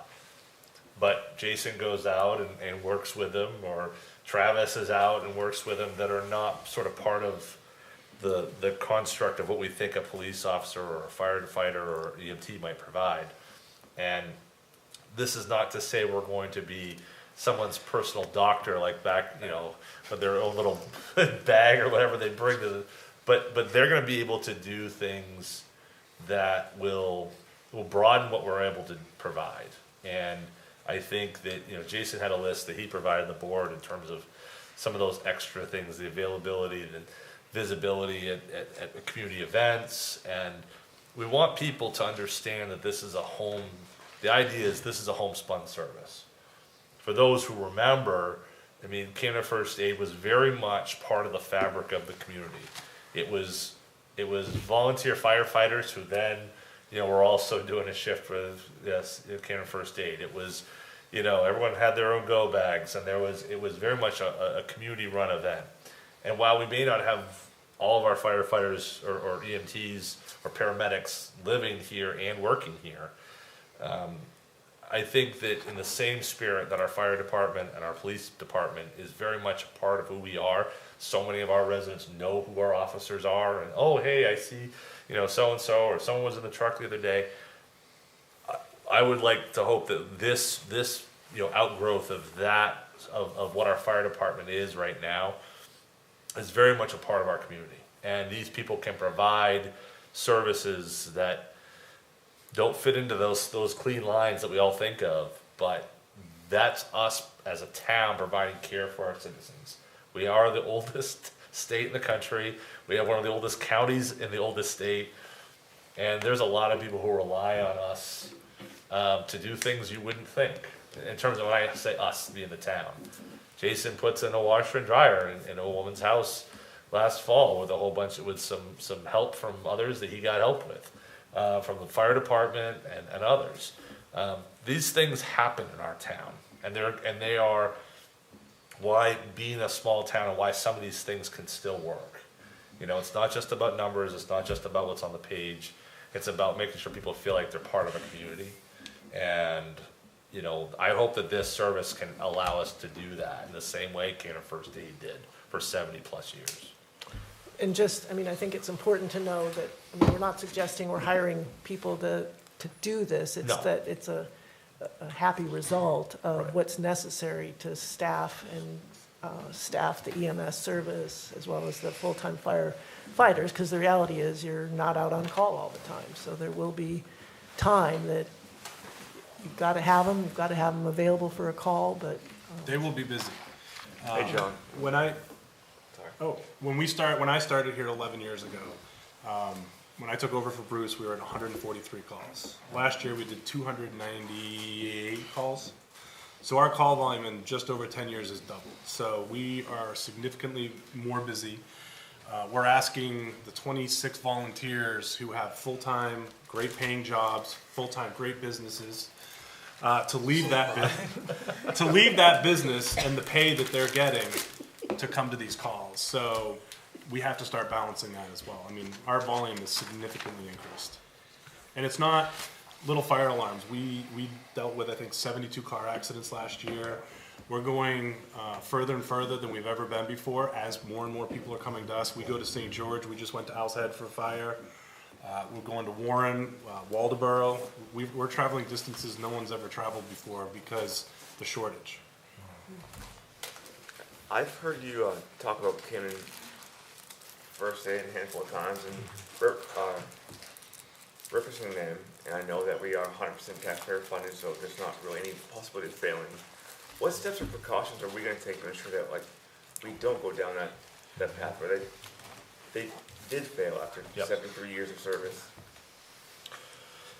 Well, yeah, I think that's a chapter that I think a lot of us who were involved, I mean, I was at Hope at that time. I think if we had a do-over, we'd like to do it over again with sort of hindsight or I guess foresight, wishing that was 2020. The main thing I think from this perspective is one, being a public entity, a municipality, there's a great deal of transparency in how we operate. We have warrants, we have, audits, so the concerns on that side of the equation we're quite literally an open book in how we operate, right? I mean, we have a budget committee, we've got a select board, we're broadcasting to the world here. I think the other part of it though, and again, I wasn't on the inside of Camden First Aid and, but on the municipal side, I was on the receiving side of that.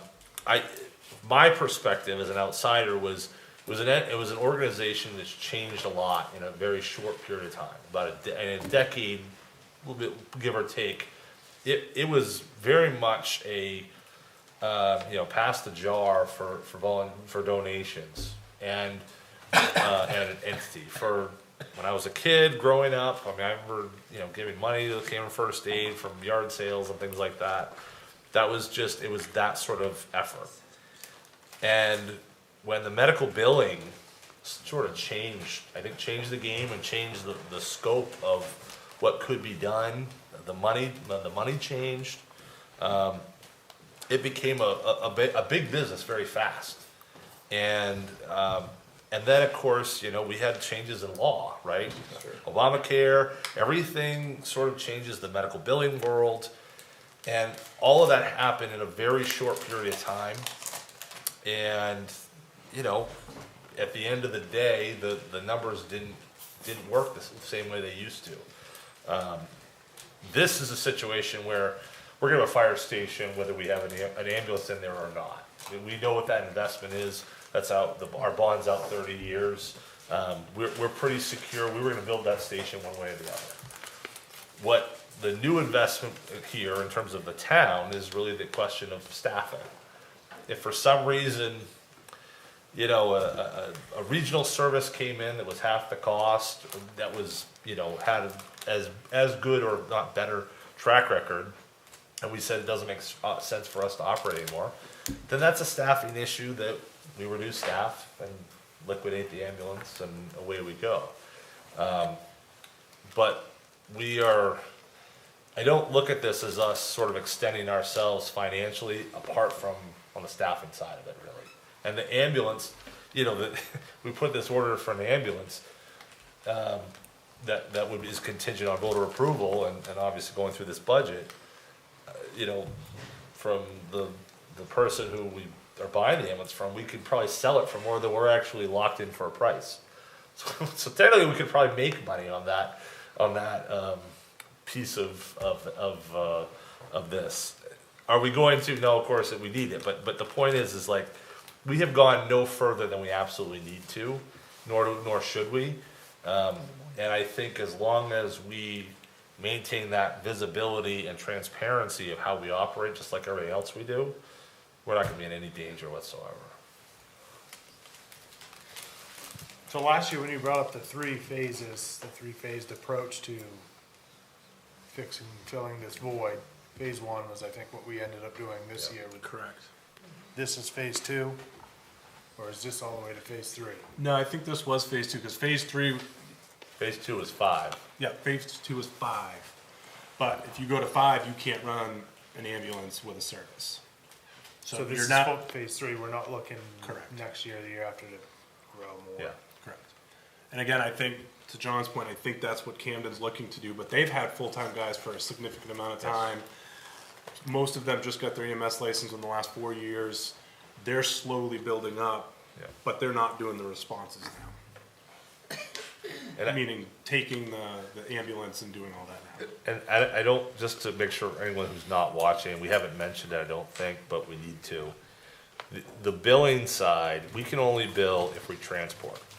So, for example, right now, the town of Camden, they're providing first responder activities, they're providing care to people who you know, need service, call 911. You know, I've fallen, I need help. Camden goes, Northeast Ambulance goes. Only Northeast is billing when they transport that person back to Penn Bay. So, though they're service, there's no revenue that I can see that Camden is realizing. And we wouldn't be able to realize any revenue until we're a transporting authority as well. Didn't I hear you say there somewhere that you anticipated billing $300 to go do a lift? I don't know if I talked about an amount, but lift, I mean, there has been. You're not transporting, you just have a lift. Right, right. There have been agreements with different entities where you can, if you need help but without a transport, that doesn't ring a bell though. But I know there have been agreements. That was discussed, I believe, John Powers from Northeast mentioned that was a discussion he was gonna have with Corey Hill, Windward Gardens, that they were getting called nonstop for lift assists. And I think there was a discussion that they may start telling them that they were gonna charge for that lift assist. I guess that's. The only way we could do it is if we were the transporting agency and we responded, if the person, if you fell and nope, I just need help getting up. So we all pick you up, we get you back in your bed. If you agree to give us your insurance information, if we're transporting, we have insurance, we could then bill your insurance company for that lift assist. It doesn't come out of your pocket, but we could bill your insurance if you wanted to provide us that. Now, you legally wouldn't have to, but if you did, then we could do it, but we would have to be a transporting agency. If you're not the transport, we can't do any billing until that time. Well, I guess I know that is a fair amount of what they, not a fair amount, but they do it occasionally. It is. It's changed significantly. Northeast done a great job with that to push back, so you don't hear as many. However, we in Rockport are very fortunate. We don't have any of the nursing facilities. We don't have the McGunnock Cookhouse. We don't have Highland Park. A lot of these places have learned, Mark's fallen. Oh, guess what? He hit his head. So now they need the ambulance there because he hit his head. So some of these places are starting to learn the workaround with that. But we're very fortunate at Rockport. We don't have any of that.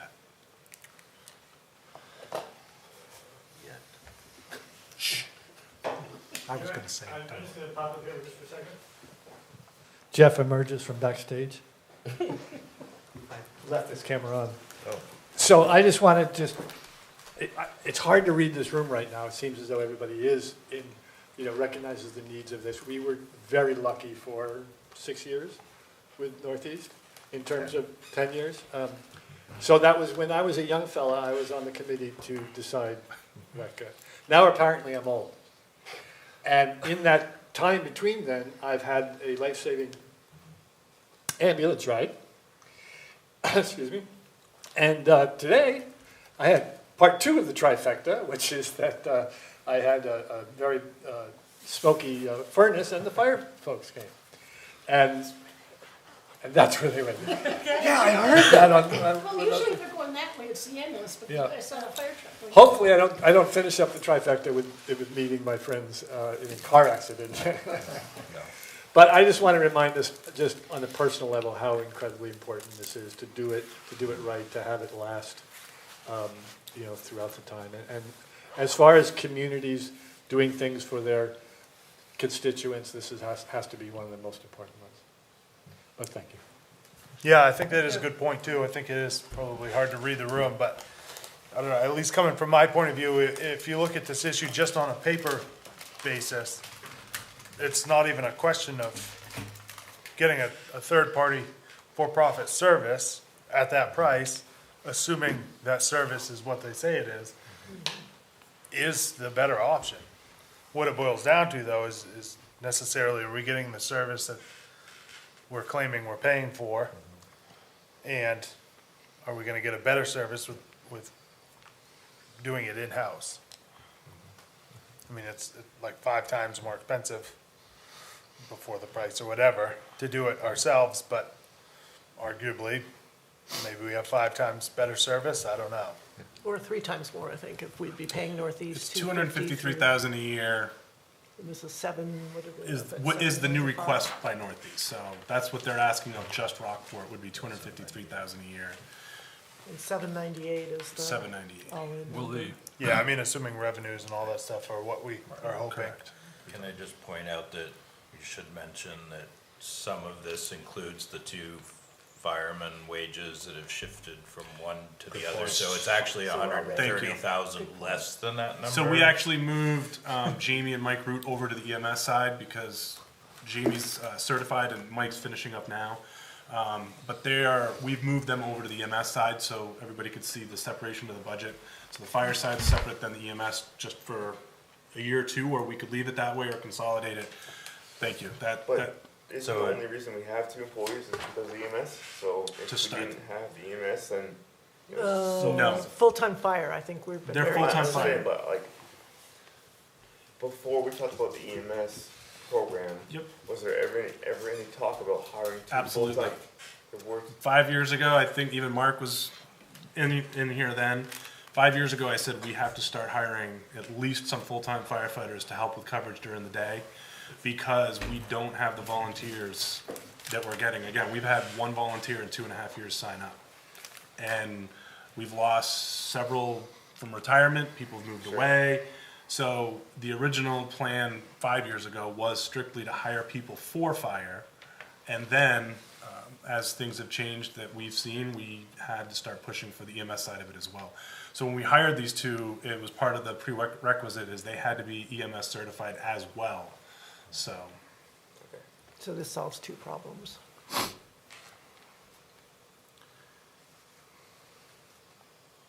Okay, any other questions? Tough issue, but a good discussion. Thank you for all the work put into putting this together. Necessary discussion. I think when you think about what local government does, people definitely expect an ambulance to show up when they call 911.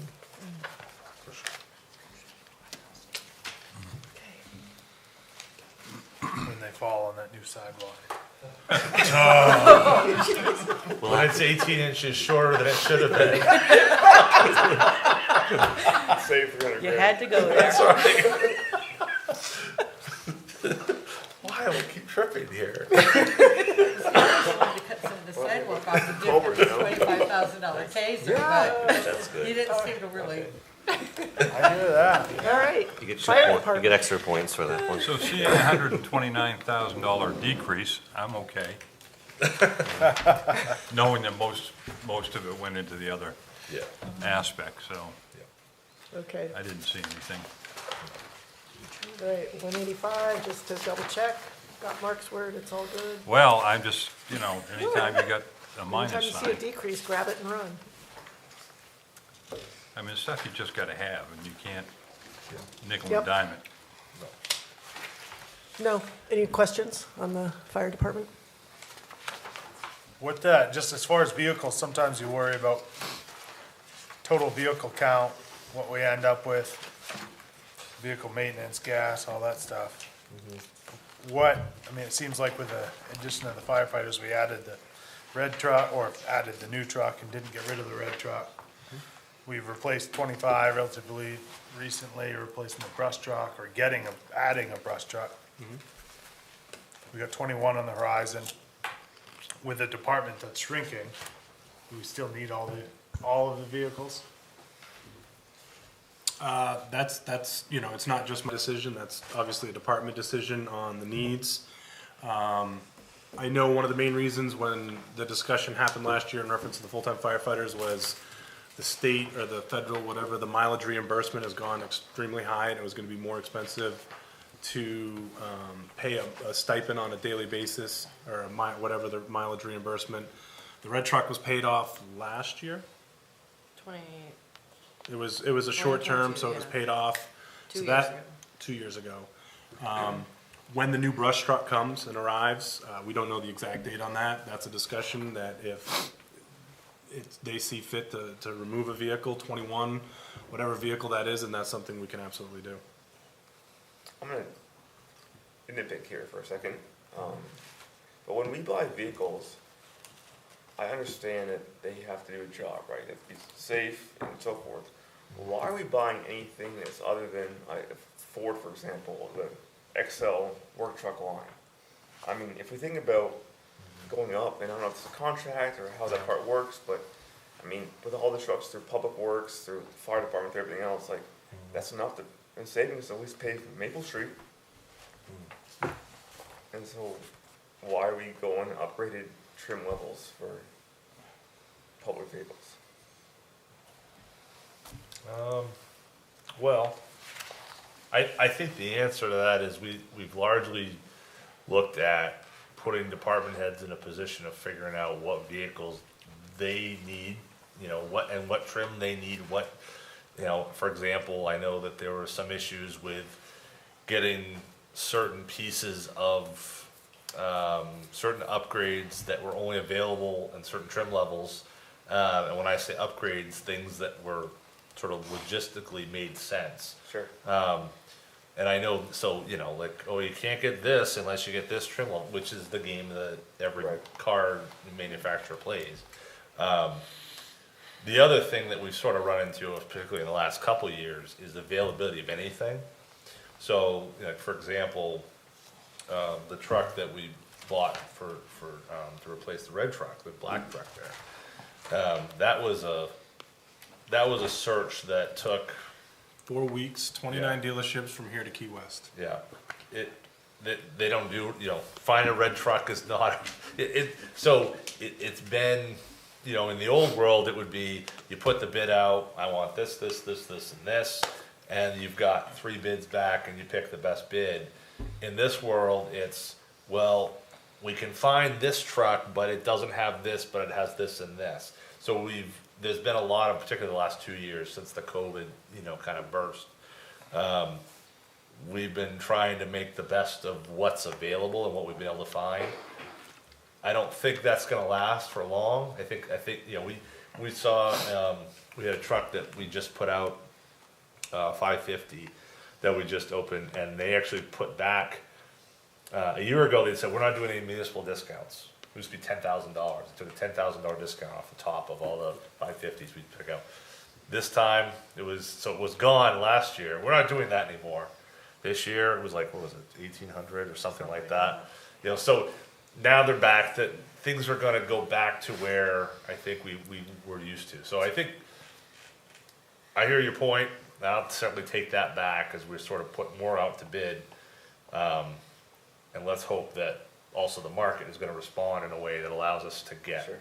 what we want, as opposed to being at its mercy, which I feel like we've been the last couple of years.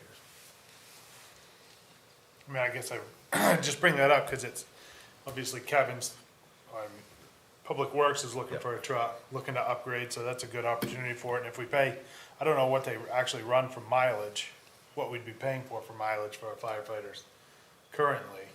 I'm assuming just to run to the Rockport station and back for checks, daily checks. Much. But let's call it 4 miles each way. Yeah. It's 8 miles total at 75 cents a mile, which is more than National's, only $6 a day. Times 365 is only $21.90, which is less than what fuel went up here, so. It's just something to think about. That's a good point. No, I mean, And, it's, and you know, I mean, that truck right now is valued at more than Randy's asking for cameras, so. yeah. You're looking for a part-time job, aren't you? Jeez, aren't you glad you stuck around? No, I think it's a good point, Clay. I mean, you know, and I think that, you know, that truck, I mean, I look at it as the shop truck, the truck that we use for the mechanic. I mean, I look at it as an important truck, but, you know, we've gone 20 years without replacing it.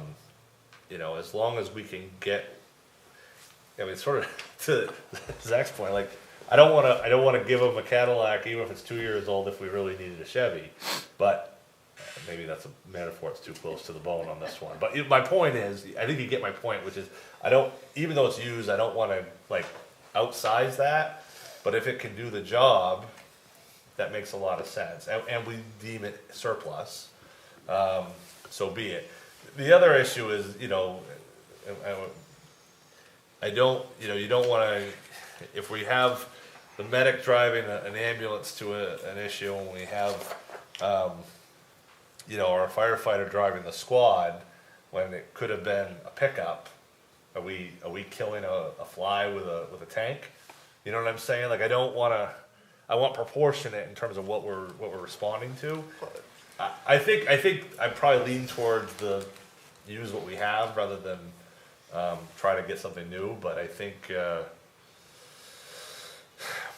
there's a perception issue either way in terms of what we need and how much we need to overdo it. I mean, some of it all just boils down to too, that we still are, big picture, not just fire department, but big picture, we're not able to take care of all the stuff that we currently Right. have, so. Right. If we're adding more infrastructure Right. into this whole process, it just makes it that much harder. All right, But we have one truck that lasts us roughly 20 years, right. and this is his 4th truck in 10 years. I mean, Oh, it's not my fault. 3rd, It's on a 5-year rotation because they were getting traded in. okay, I just, Yeah. Because if you traded in at the 5-year mark, we were getting more of a trade-in value. So the first one was traded in, then this one because of the full-time. Most full-time firefighters are gonna 100% refuse to drive their personal truck for town stuff. Not just mileage, but wear, tear. Sure. They're gonna say no, and then how are you gonna get them, you want them to drive the squad across the town? no, If I'm I'm- not saying that. No, I'm just, Yeah. most full-time people are not gonna drive their personal truck for No, whatever I the stipend agree is. that the department needs a vehicle. I don't agree with the frequency and the amount that we have. Okay. Yeah, that's, I gotcha. Yeah, and I think that there's a question as to, you know, like I said, we get to the fall, there's gonna be a lot of things coming in. We'll have the forestry truck will be in, we'll have, you know, be coming on board with people, we'll have the ambulance to deal with, presuming that's where all this lands. And, you know, how much room do you need in the barn, you know? I mean, do we It's a even great have enough question. room for all of this? Do we have room for all this? Yeah, we do, but what's inside, what's outside? I mean, what are we parking inside? You know, I fully expect we're gonna have room to park our cruisers inside, or at least one cruiser to park inside, cause I think that's important that we're undercover with at least the cruiser that we're working out of. Let's go big. Let's do 3.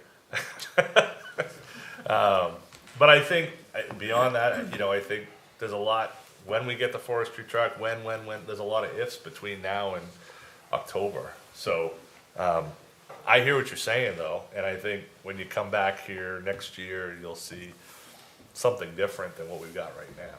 Promise? The pinky swear. So what's the difference between this forestry truck you're talking about Yep. and that sort of a smaller thing that's used for rescue stuff?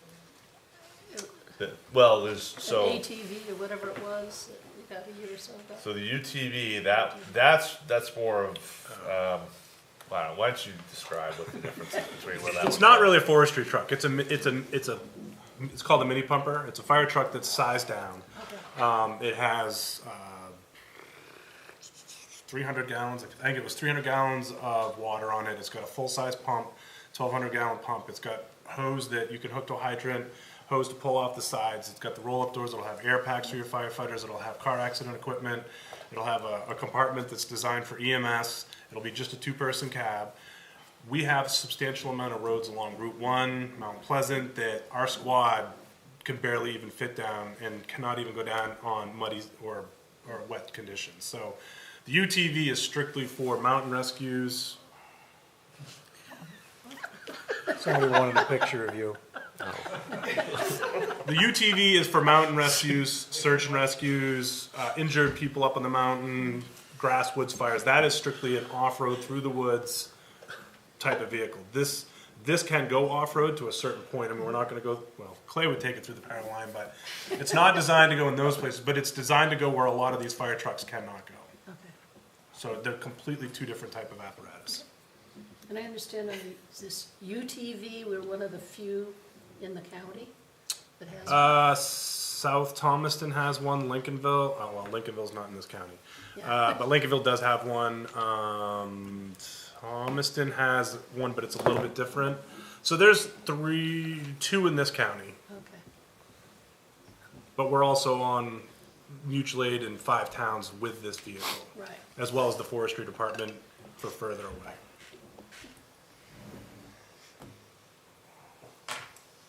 Okay.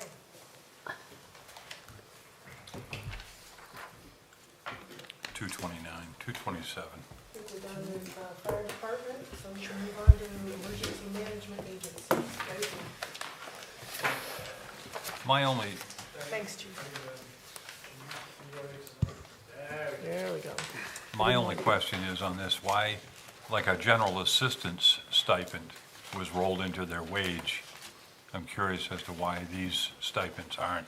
Because the people these stipends are paid to are not hourly employees. The stipend for GA was rolled into her wage because as an hourly employee, there's overtime rules that the Department of Labor says that you have to follow.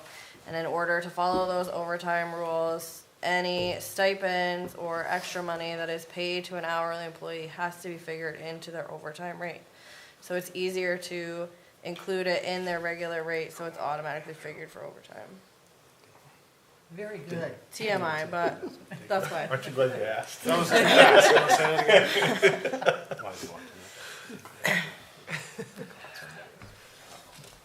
Okay, any questions on emergency management agency?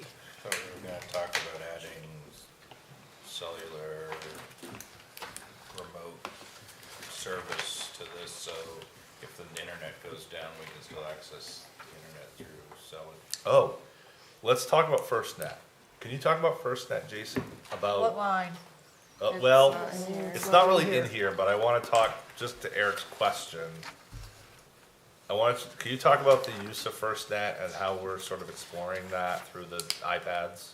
So And the what fire, FirstNet is? the fire department has iPads, sell iPads in our fire truck. So when a call comes in, everything pops up on the screens.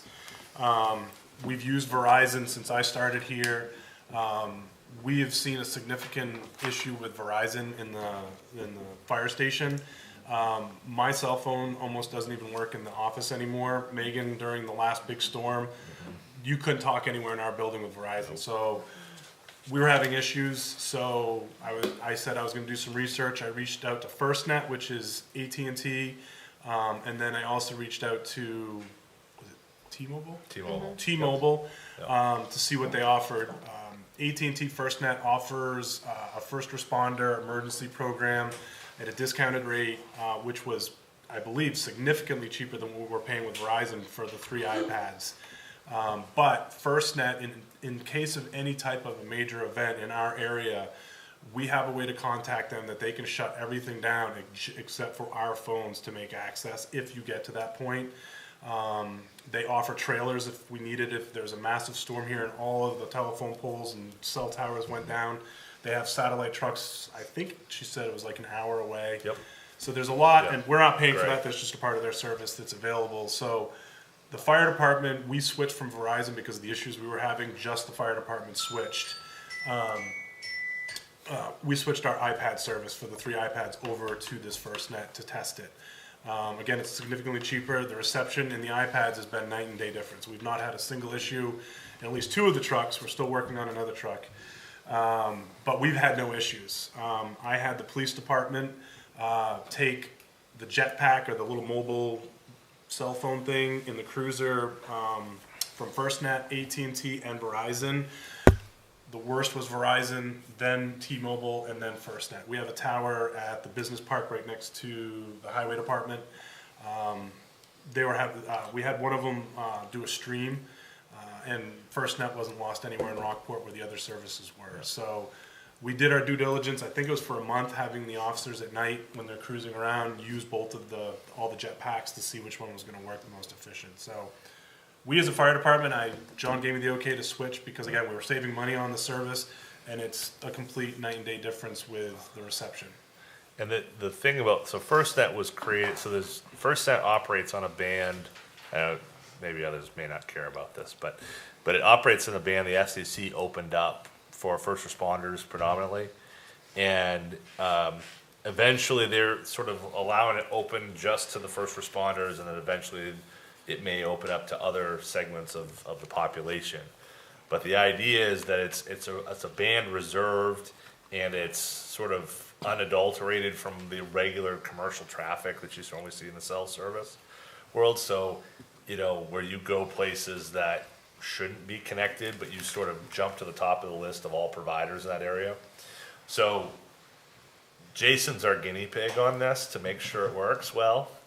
And then Meg and I had looked at sort of the other pieces, that we have that are the jump packs and all those, and see what we can sort of change over. But we've been sort of letting, if there's a problem, we'd hear about it from the fire chief. So Yeah, so far so good. As long as it was, But with the cost savings with FirstNet, I think that even if we added additional mobile Yeah. packs, I think what the money that we have budgeted, we would save enough with the company that we're with now versus switching that it would essentially wash it out. yeah, that's fine.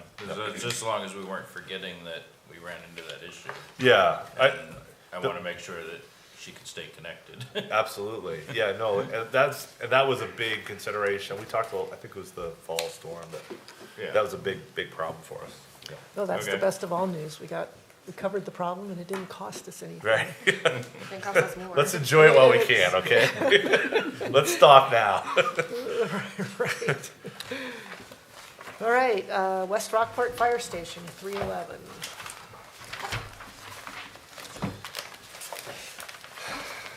I mean, this is really like, anytime you have a building budget for a new building, it's sort of like a dart toss. You don't really know what you're guessing wholly. Obviously, next year we'll have a much better picture of what it costs to operate the building, but Looks like we've got food, that's good. food's important. Food's important. Is that all just the candy budget? No. You don't want to know the total on that. A lot of that comes out of my pocket. That's why it tastes so good, you're paying for it. Again, keep Clay and Greg Rollins satisfied. Helen? Yeah. What about solar panels up there?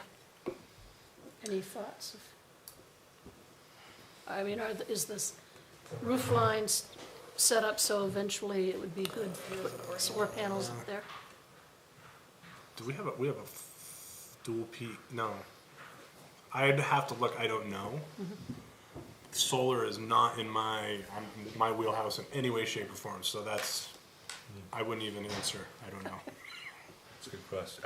I would think it would have to be a roof mounted scenario Oh, yeah. because we're really using up almost everything we can on the footprint that we have of that parcel. Well, that's the question, is the Yeah. building designed in Well, such a way that solar panels may be put up there?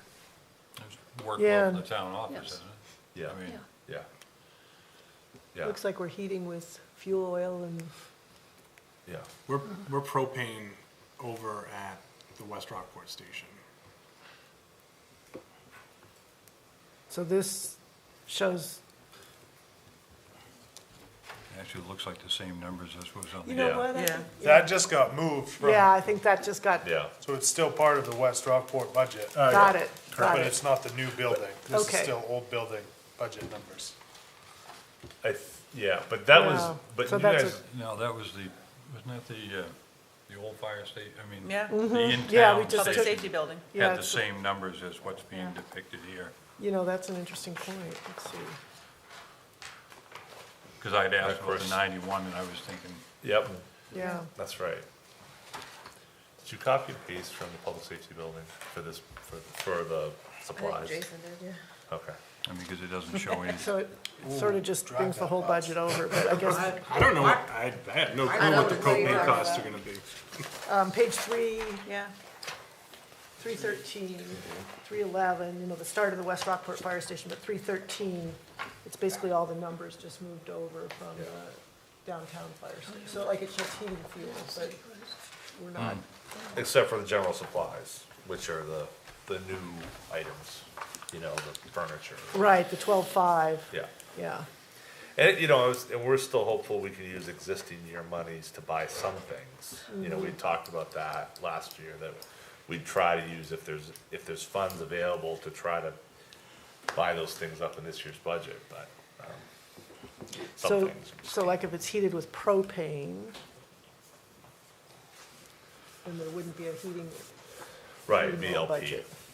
There's no heating fuel over there. There's heat, Nobody said that. well, oil. Yeah, So oil would be, so there is no oil. No oil. It would be Right. propane, that was my. It's all LP gas, I guess. I mean, technically they're both fuel, but. Correct. Regardless, it doesn't, I know, we're trying to, Write that. oil versus propane.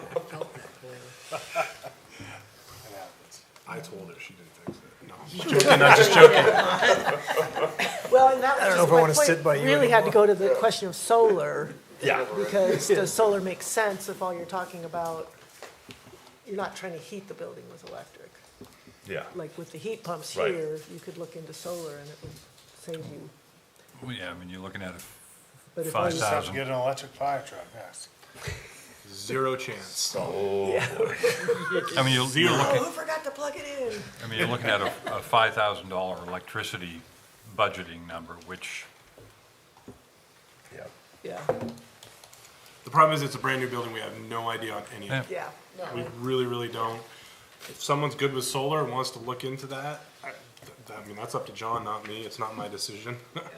well, I mean, I guess. I know it's gonna be a really large roof, How it does- might be the southerly side. How does yours pan out now? like I mean, with southeast. what you take in Yeah, at the so- town Doesn't office? necessarily have to be south. Versus what Sometimes you in pay the out. western- Well, the way the sun goes Okay. there, Right, yeah.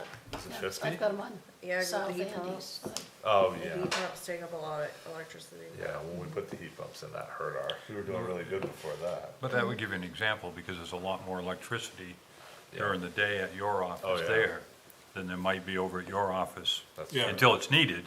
That's But that true. would give you an idea as to what. I know the sun sets if you're at the fire station over Rollins and the mountain, right? Yeah, so our two peaks face Route 90 and Rockland, so the sun would be, I don't know if it would work. Again, I don't know solar, because our peaks are this way and the sun sets way over here, so I don't Rockland know. might be south then, but I don't think it's worth Yeah, anyways. it up tonight. Okay, any other questions? West Rockport Fire Station, well. Then we've got the recreation.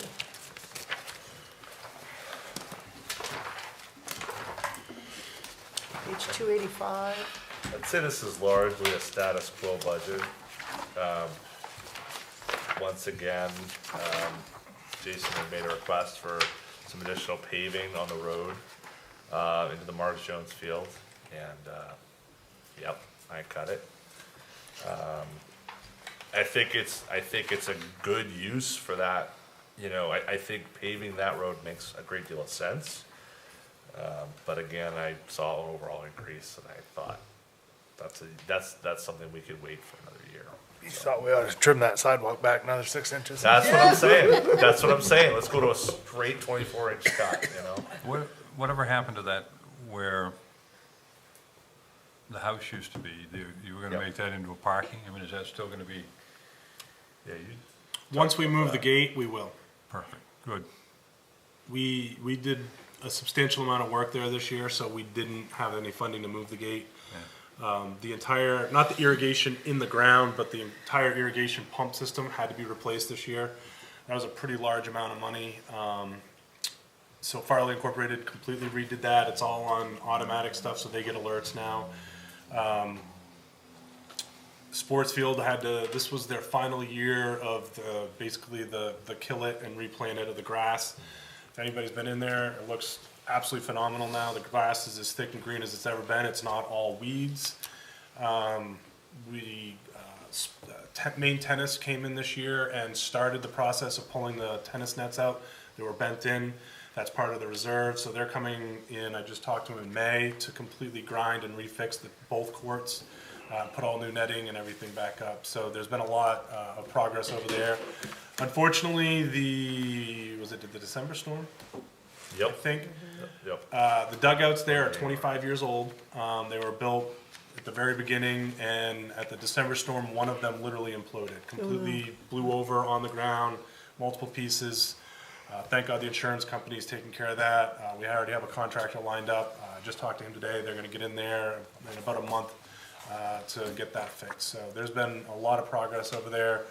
It's looking a lot better. We did pave the first 50 feet where people were pulling in and out that was dangerous.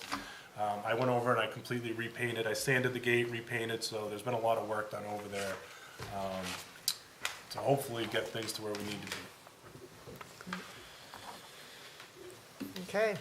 Yeah, I think the only, one of the things I just kind of bouncing around, because a lot of the upgrades we're putting into it are coming from the capital campaign, right? One of the funds. No, the only, you mean the reserve, the only funds that we're fundraising. using from our reserve is the tennis resurfacing but that money was put in there years ago for that exact purpose. But we're not actually pulling from the reserve on here as a revenue, We right? haven't yet. So like, the resurfacing and all that stuff is coming from the capital campaign, right? Is that what it is, Megan? Is it reserve or capital? You went to the select board to approve that, for them to approve it to come out of the reserve. That's why it's not in the budget. Oh, okay, that's why. It was a special request. But there is the fundraising effort. Is that what you're talking about, Clay? Yeah, wasn't somewhere in one of these explanations saying that a lot of it is coming from the capital campaign that we started? Oh, you're talking the fundraising that we're doing? Yeah, fundraising for completing the remodel and improvements of the 25-year-old basketball and tennis courts, adding pickleball courts, So lighting, paving. I don't believe I've withdrawn from that yet, have I, Megan? The donations? Donations? No. No. So we have, I think it was $15,000 in that account now. That's the flyer that we sent out, and people wrote checks for, I think, $50 all the way up to $1,500. That account's got the $1,500 in there, and that's categorized for tennis courts, basketball courts, general maintenance, baseball. Some of those funds will be getting used. I just talked to Mike Archer, who's in charge of Little League maintenance, or field day, I guess it's called, where the parents come in and clean.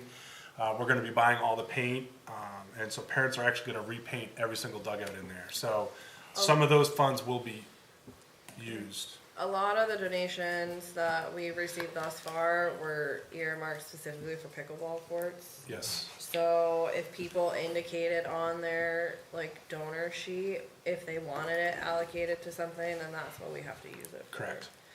So we've kept those separate. Part of those funds would be used to buy some additional pickleball nets. Part of this resurfacing in the price tag was the tennis lines with a subtle pickleball line. So that will all be lined and ready to go for the pickleball community. There will be 4 courts for them. So in the reserve, page 65, under recreation reserve, what would or could that 42,966 cover? That's what that fund is for. Okay. Is for the resurfacing We just of. haven't paid for it yet. Correct. Yeah. They only started the fall. They pulled the nets out because they were so bent over. Yep. The sleeves are ready. The sleeves are in, but he hasn't put the actual posts in yet. Obviously, weather, as we all know, last summer, last fall, put them so far behind. But again, it's a huge process that they're gonna go through to finish these courts. It's gonna take about a week, so unfortunately, the courts will be closed for a full week for all the activities. Oh, that's a great improvement, though. Huge. I mean, I showed the pictures, the cracks, some of them are 6, 8 inches right down to the dirt, and, I mean, 25 years with little to no maintenance at all. Yeah, I mean, I think that's my biggest concern is that if we're gonna upgrade all this stuff, I don't know, I mean, I know we're putting 10 grand a year into the reserve, which means to get it back up to snuff, more than that probably is gonna come out of it. I worry that we're not saving enough or putting enough into maintaining what we have. I think when I started, I think I gave a 5-year with the budget to get us where we need to be on a regular maintenance schedule. We're replacing everything that's 25 years old, the irrigation, the fields were, again, they were 100% weeds, there was literally no grass in there. So it's taken us, we're on our 3rd year of the kill and redo.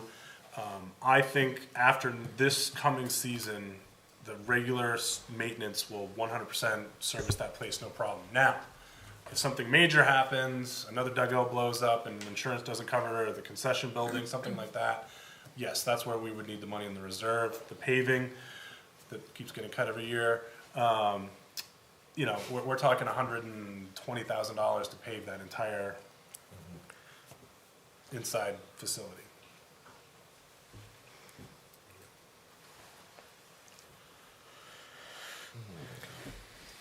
Well, thanks for doing doing a great job out there on a shoestring, really improving what's available to the public. Okay. Is that it? Nothing else to talk to Chief about? Wow. I think I we're mean, done. we can talk to them.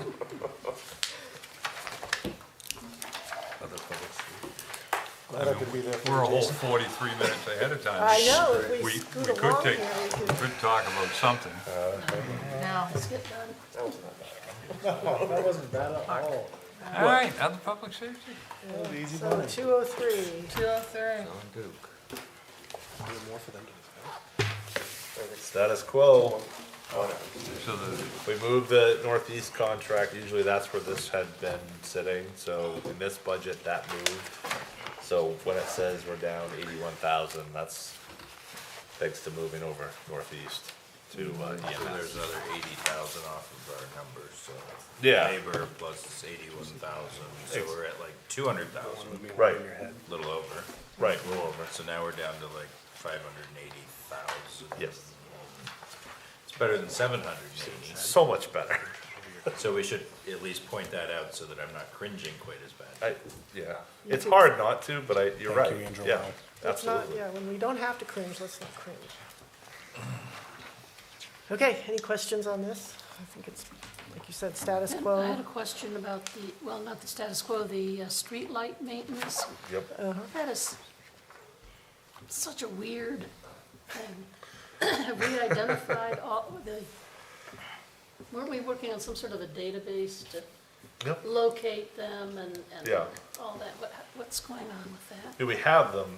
The issue is that when, well, for example, like the September storm, when we had all those trees come down, when we have to replace lights, that those, while we have a maintenance program, that really deals with, you know, burnouts and things like that, but when the trees were coming down left and right over over by Cross Street, they didn't spare the ones with the lights on them. So we had a number of different situations where that occurred. You know, so we really needed a line to address the fact that we have to have some kind to make those repairs. That's where they're coming from. Still far less than the old way of doing it, but we have to account for them somewhere.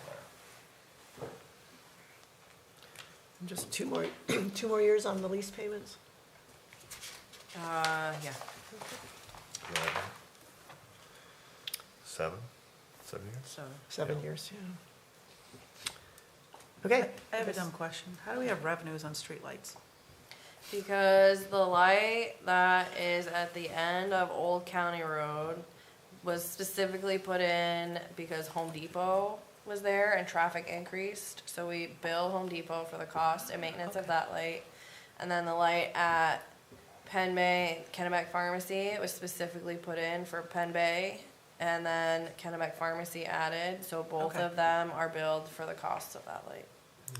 The one at Penn Bay because somebody darted out in front of a car and got killed.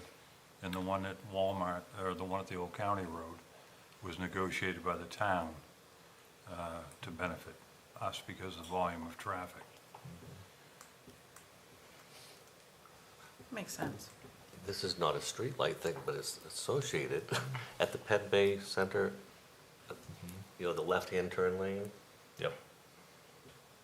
I see so many cars It's a problem. go through there straight, which I saw one today, almost hit me. Yeah. Is there a way to have a sign above, a little bit more definitive, instead of that one little sign, like to delineate the lanes Yeah. above? The road's supposed to be painted too, and I don't believe Yeah. that ever happened this But spring.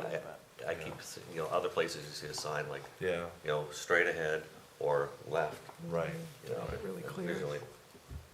yeah. Is that something that we, as Do the we do town, that, would be or responsible for DOT does doing? that, or? Yeah, I think Or is that so. a state thing? I think, I think the lines on those ones, I think the only one that I recall us responsible for is the crosswalk. Crosswalk, yeah. Because we put the yeah, No, crossing we're signal. responsible for those lines too, because we've paid Adolphson in years past to paint them at the traffic light. It definitely needs a sign. I see every single day I drive through there, people are flying by you, mostly out-of-staters, but it happens every day. Yeah. I mean, there should be turn arrow at any, or proper turn signs at all of those. How does something like that happen? Talk to the police chief. Okay. Randy, Oh, there you go. John will fix it. Oh, John will do it, okay, John. I got a ladder in my truck. Okay. Is this where we talk about the new school going in I on already Route talked to 1? him about it. Good, He's on it. good. See how Just think how much See how slower quick that traffic was? will go on Route 1. Yeah, He might be. yeah, When will they do it? for sure. It's like the Montessori.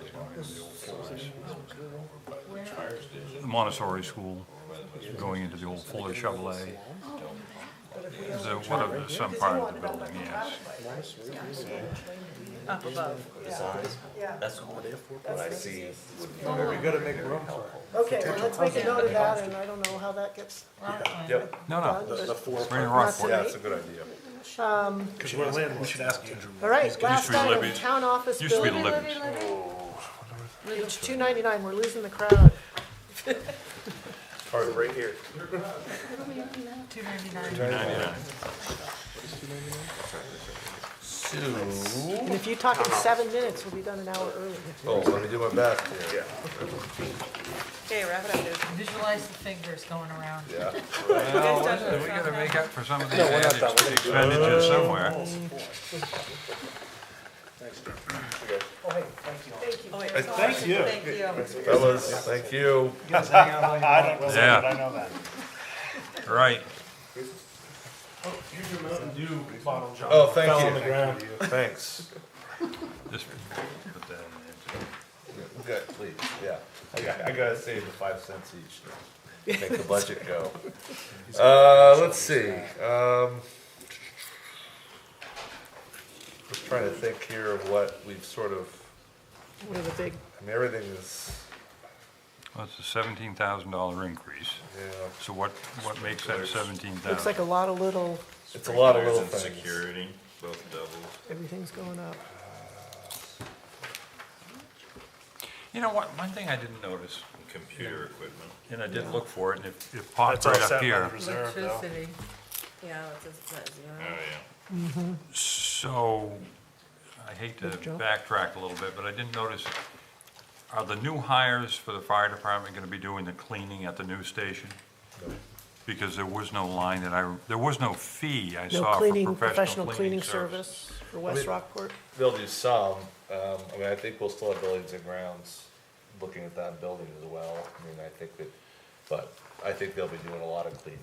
I was thinking if Jason's gone, let's say yes, they need to do it. Yeah, no, and I expect them to do, I mean, he's said that they'll be doing a lot of the cleaning in the building itself, but, Yeah. you know, I think it'd be a team effort, cause, you know, having, when we do trash runs on Tuesday and Fridays, and, you know, I mean, there's, So could this one be a team effort too, and eliminate that 2,800? That's to get the carpets professionally cleaned. Oh, yeah, gotta find something in your I don't know. budget to make up for you gotta do something. Just a everything quick else. question on the capital items under the reserve, when the reserve account numbers, are those, maybe I'm just dumb, I don't know, but those numbers don't match or I don't see where they match the reserve account on page 65? Like the G2-360500. Those might be old ones, and we just never changed it. Yeah, I don't Fill even in, see it. Megan. I don't see a Yeah, they are. 3605. So this one should be.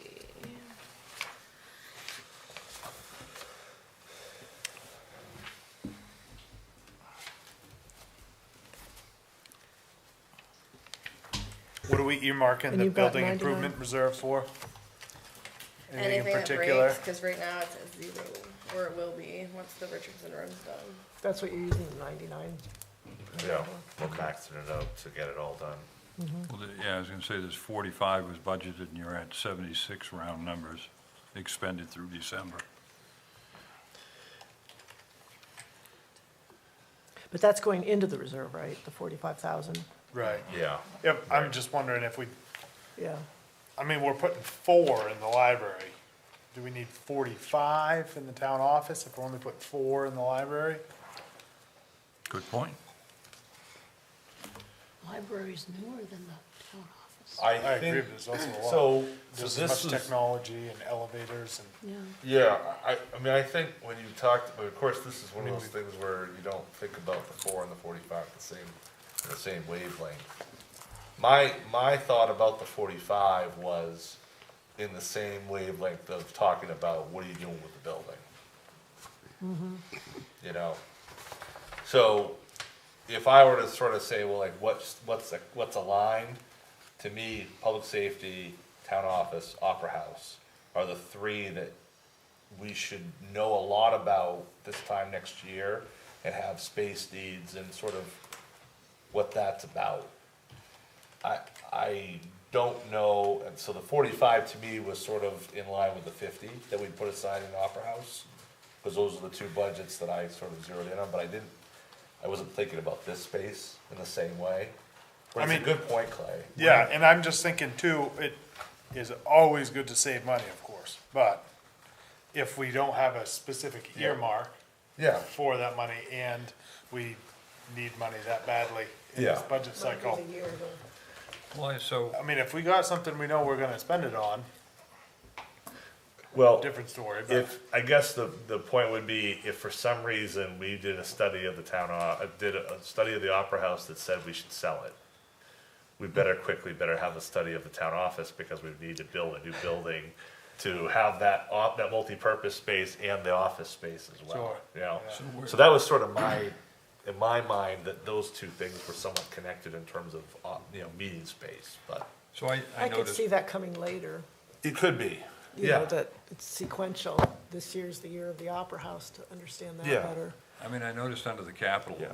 Clay, since how you brought it up on 7206, part of that is brick repair, and there's nothing listed in there. And I mean, I've been harping back years ago for the town office to be pointed and or sealed.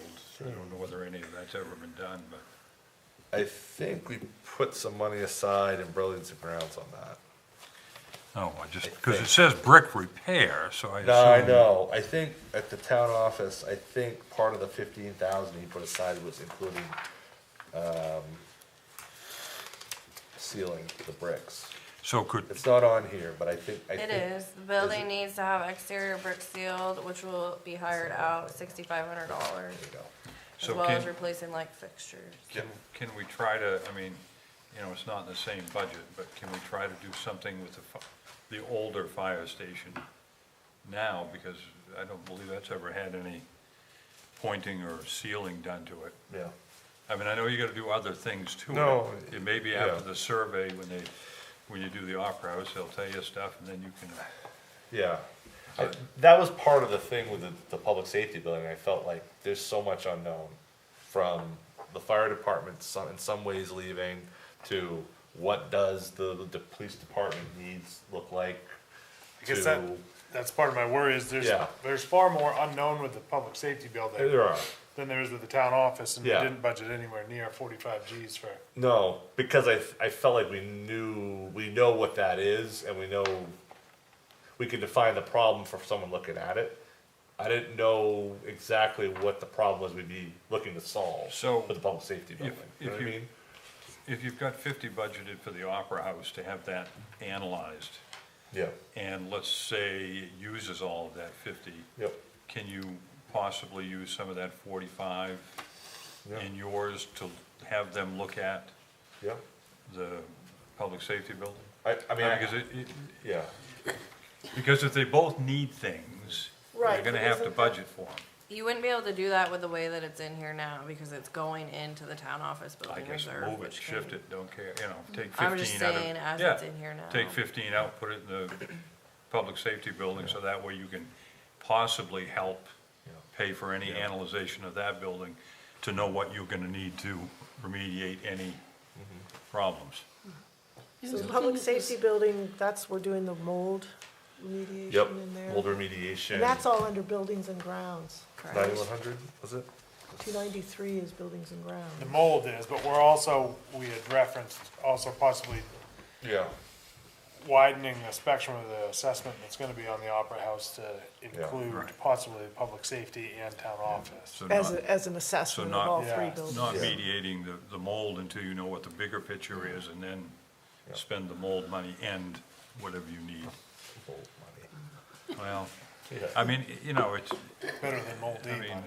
So 95,000 to do the three buildings. Yeah, I mean, I think when they put the asphalt down the side of the building, that helped increase the amount of water that actually went over the sill under the bricks and ran, literally, you could watch it run down the inside of the wall.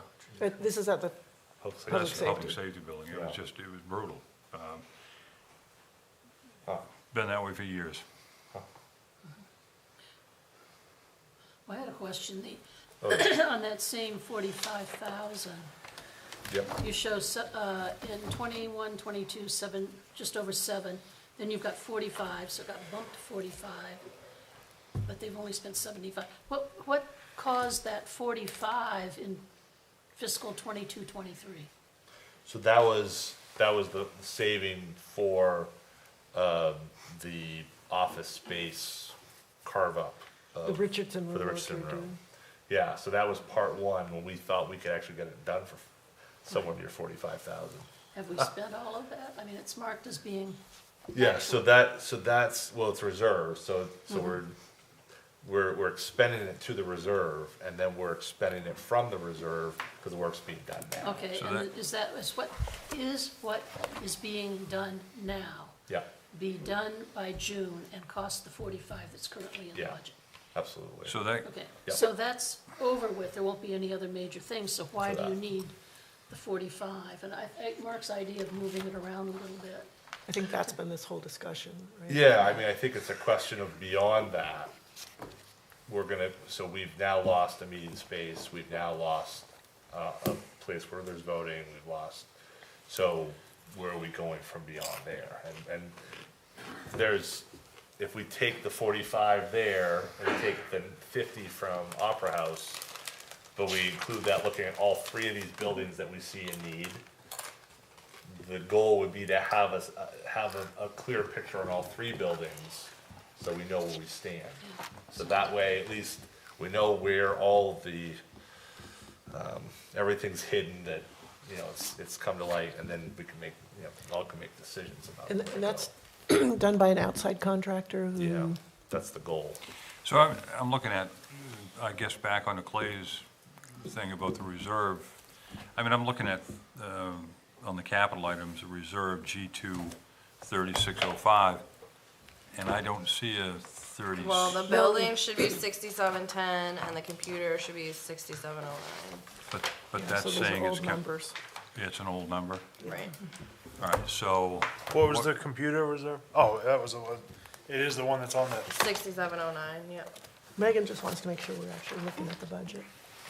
Okay, so 6709 is the only number, or are there? No, the building one, which is the 7205, is 6710, and the 7570 is 6709. So we've got 55,000 round numbers in one and 22,000 round numbers in the other.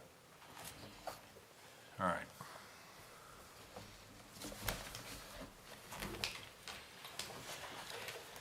So it might be different people to state, I mean, the Opera House seems like it's understanding what the sort of systems are and what it's really gonna take to upgrade that into Yeah, sort of the future. yeah. Whereas the town office is more of an assessment of how we use the space and what Yeah, what do we need? do we You need, know? and the same with, Right. and then public safety, I guess, is a little bit of A both, little bit of both, yeah, because we do have some issues there. right. I mean, that's, So would any assessment of the town office be forward-looking in, down the road in 5 years, we're gonna need X more space in this side of the building and, yeah. yeah. But it's, meant to look at that very issue and,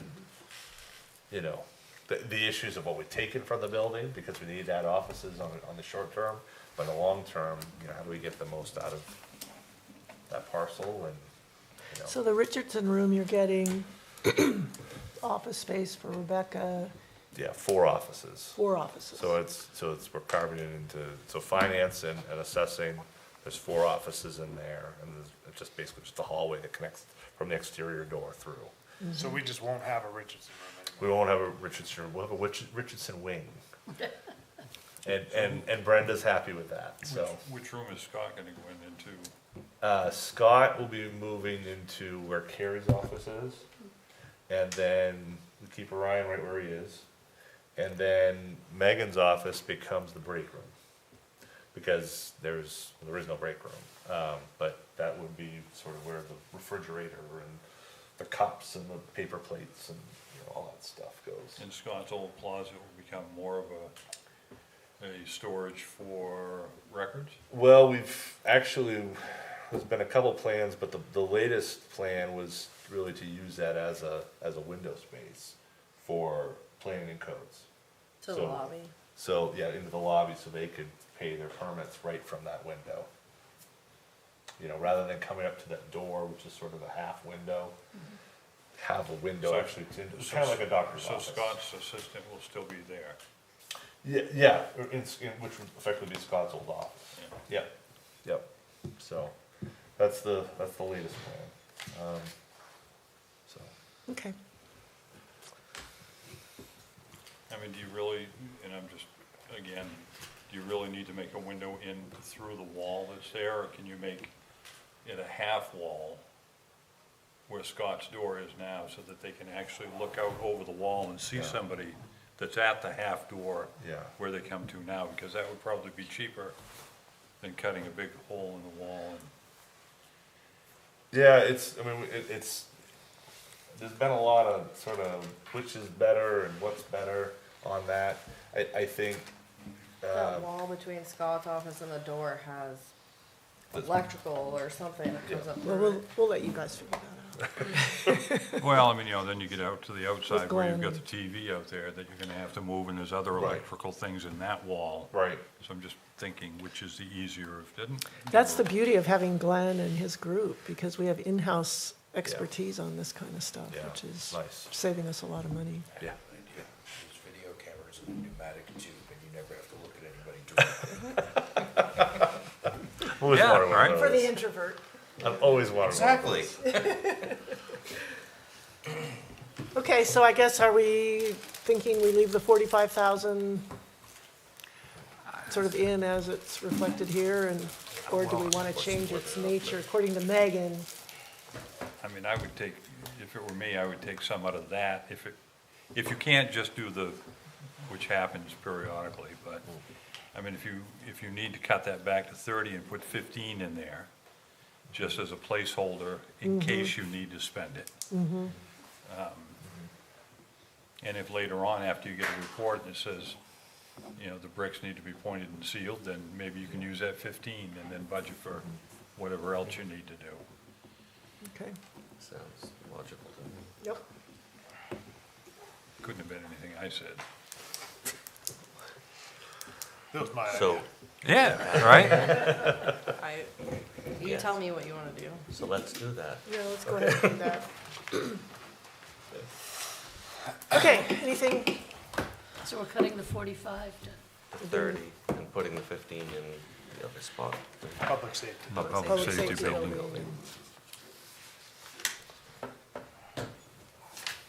And then maybe that can repoint some bricks. I mean, hopefully we don't need it, because there's enough for the Opera House that can do, And we might get some EMTs who can do brick pointing. That's, yeah. Maybe we can train some squirrels. I love it. That's because it's Can we late. vote Back in the new to, station? Is that a possibility or no? And the new one? Yeah. No parking. you got no parking here. Remember Of that course, was there's more the- parking in the library. Yeah, I don't know, I was pretty impressed with all those cones and the little signs, that was, yeah, but that was just an undershow. yeah. We could have 45 miles an Yeah, hour. but you're not, you don't have enough parking over there with being on 90 and That 17. sounds that- scary. that would be I think- safe. Park on the street and everybody will have to go With slow. fewer fire apparatus at And the then new, the the old new EMTs will be building, busier. Well, and the- making it accessible. So the public safety building, I know now is not currently acceptable, can it be made? It's like, it's just a little lip that you would have to, Okay, get I won't people- go there I tonight. think, my guess is that they saw the stamp, the date of the stamp on the plans here and said, ah, that's the one. Because it's new, you mean? No. And I don't think they're gonna, did they tell you why it couldn't be used? no, they were very vague about it. Very vague. What, the public safety building? They're was getting not away voting. from using fire stations voting. altogether. They don't, yeah, but they don't want, like, the least, I think Liz would say that they were probably, like, she had to come over here 3 times to show them videos of the space in here, just to get them to accept this as a polling place. It's very bizarre. I don't really understand it, to be Yeah. honest. You can just do it at RES after that's built. Right out in the open, just put a big tent up. That's Sounds it, like fun. yeah. The poll workers can hold umbrellas for people. All right, I think we're done. Yeah. Thanks, everyone. See you next Monday, 6 PM. One night to go. Yep. Adjourn, official adjournment.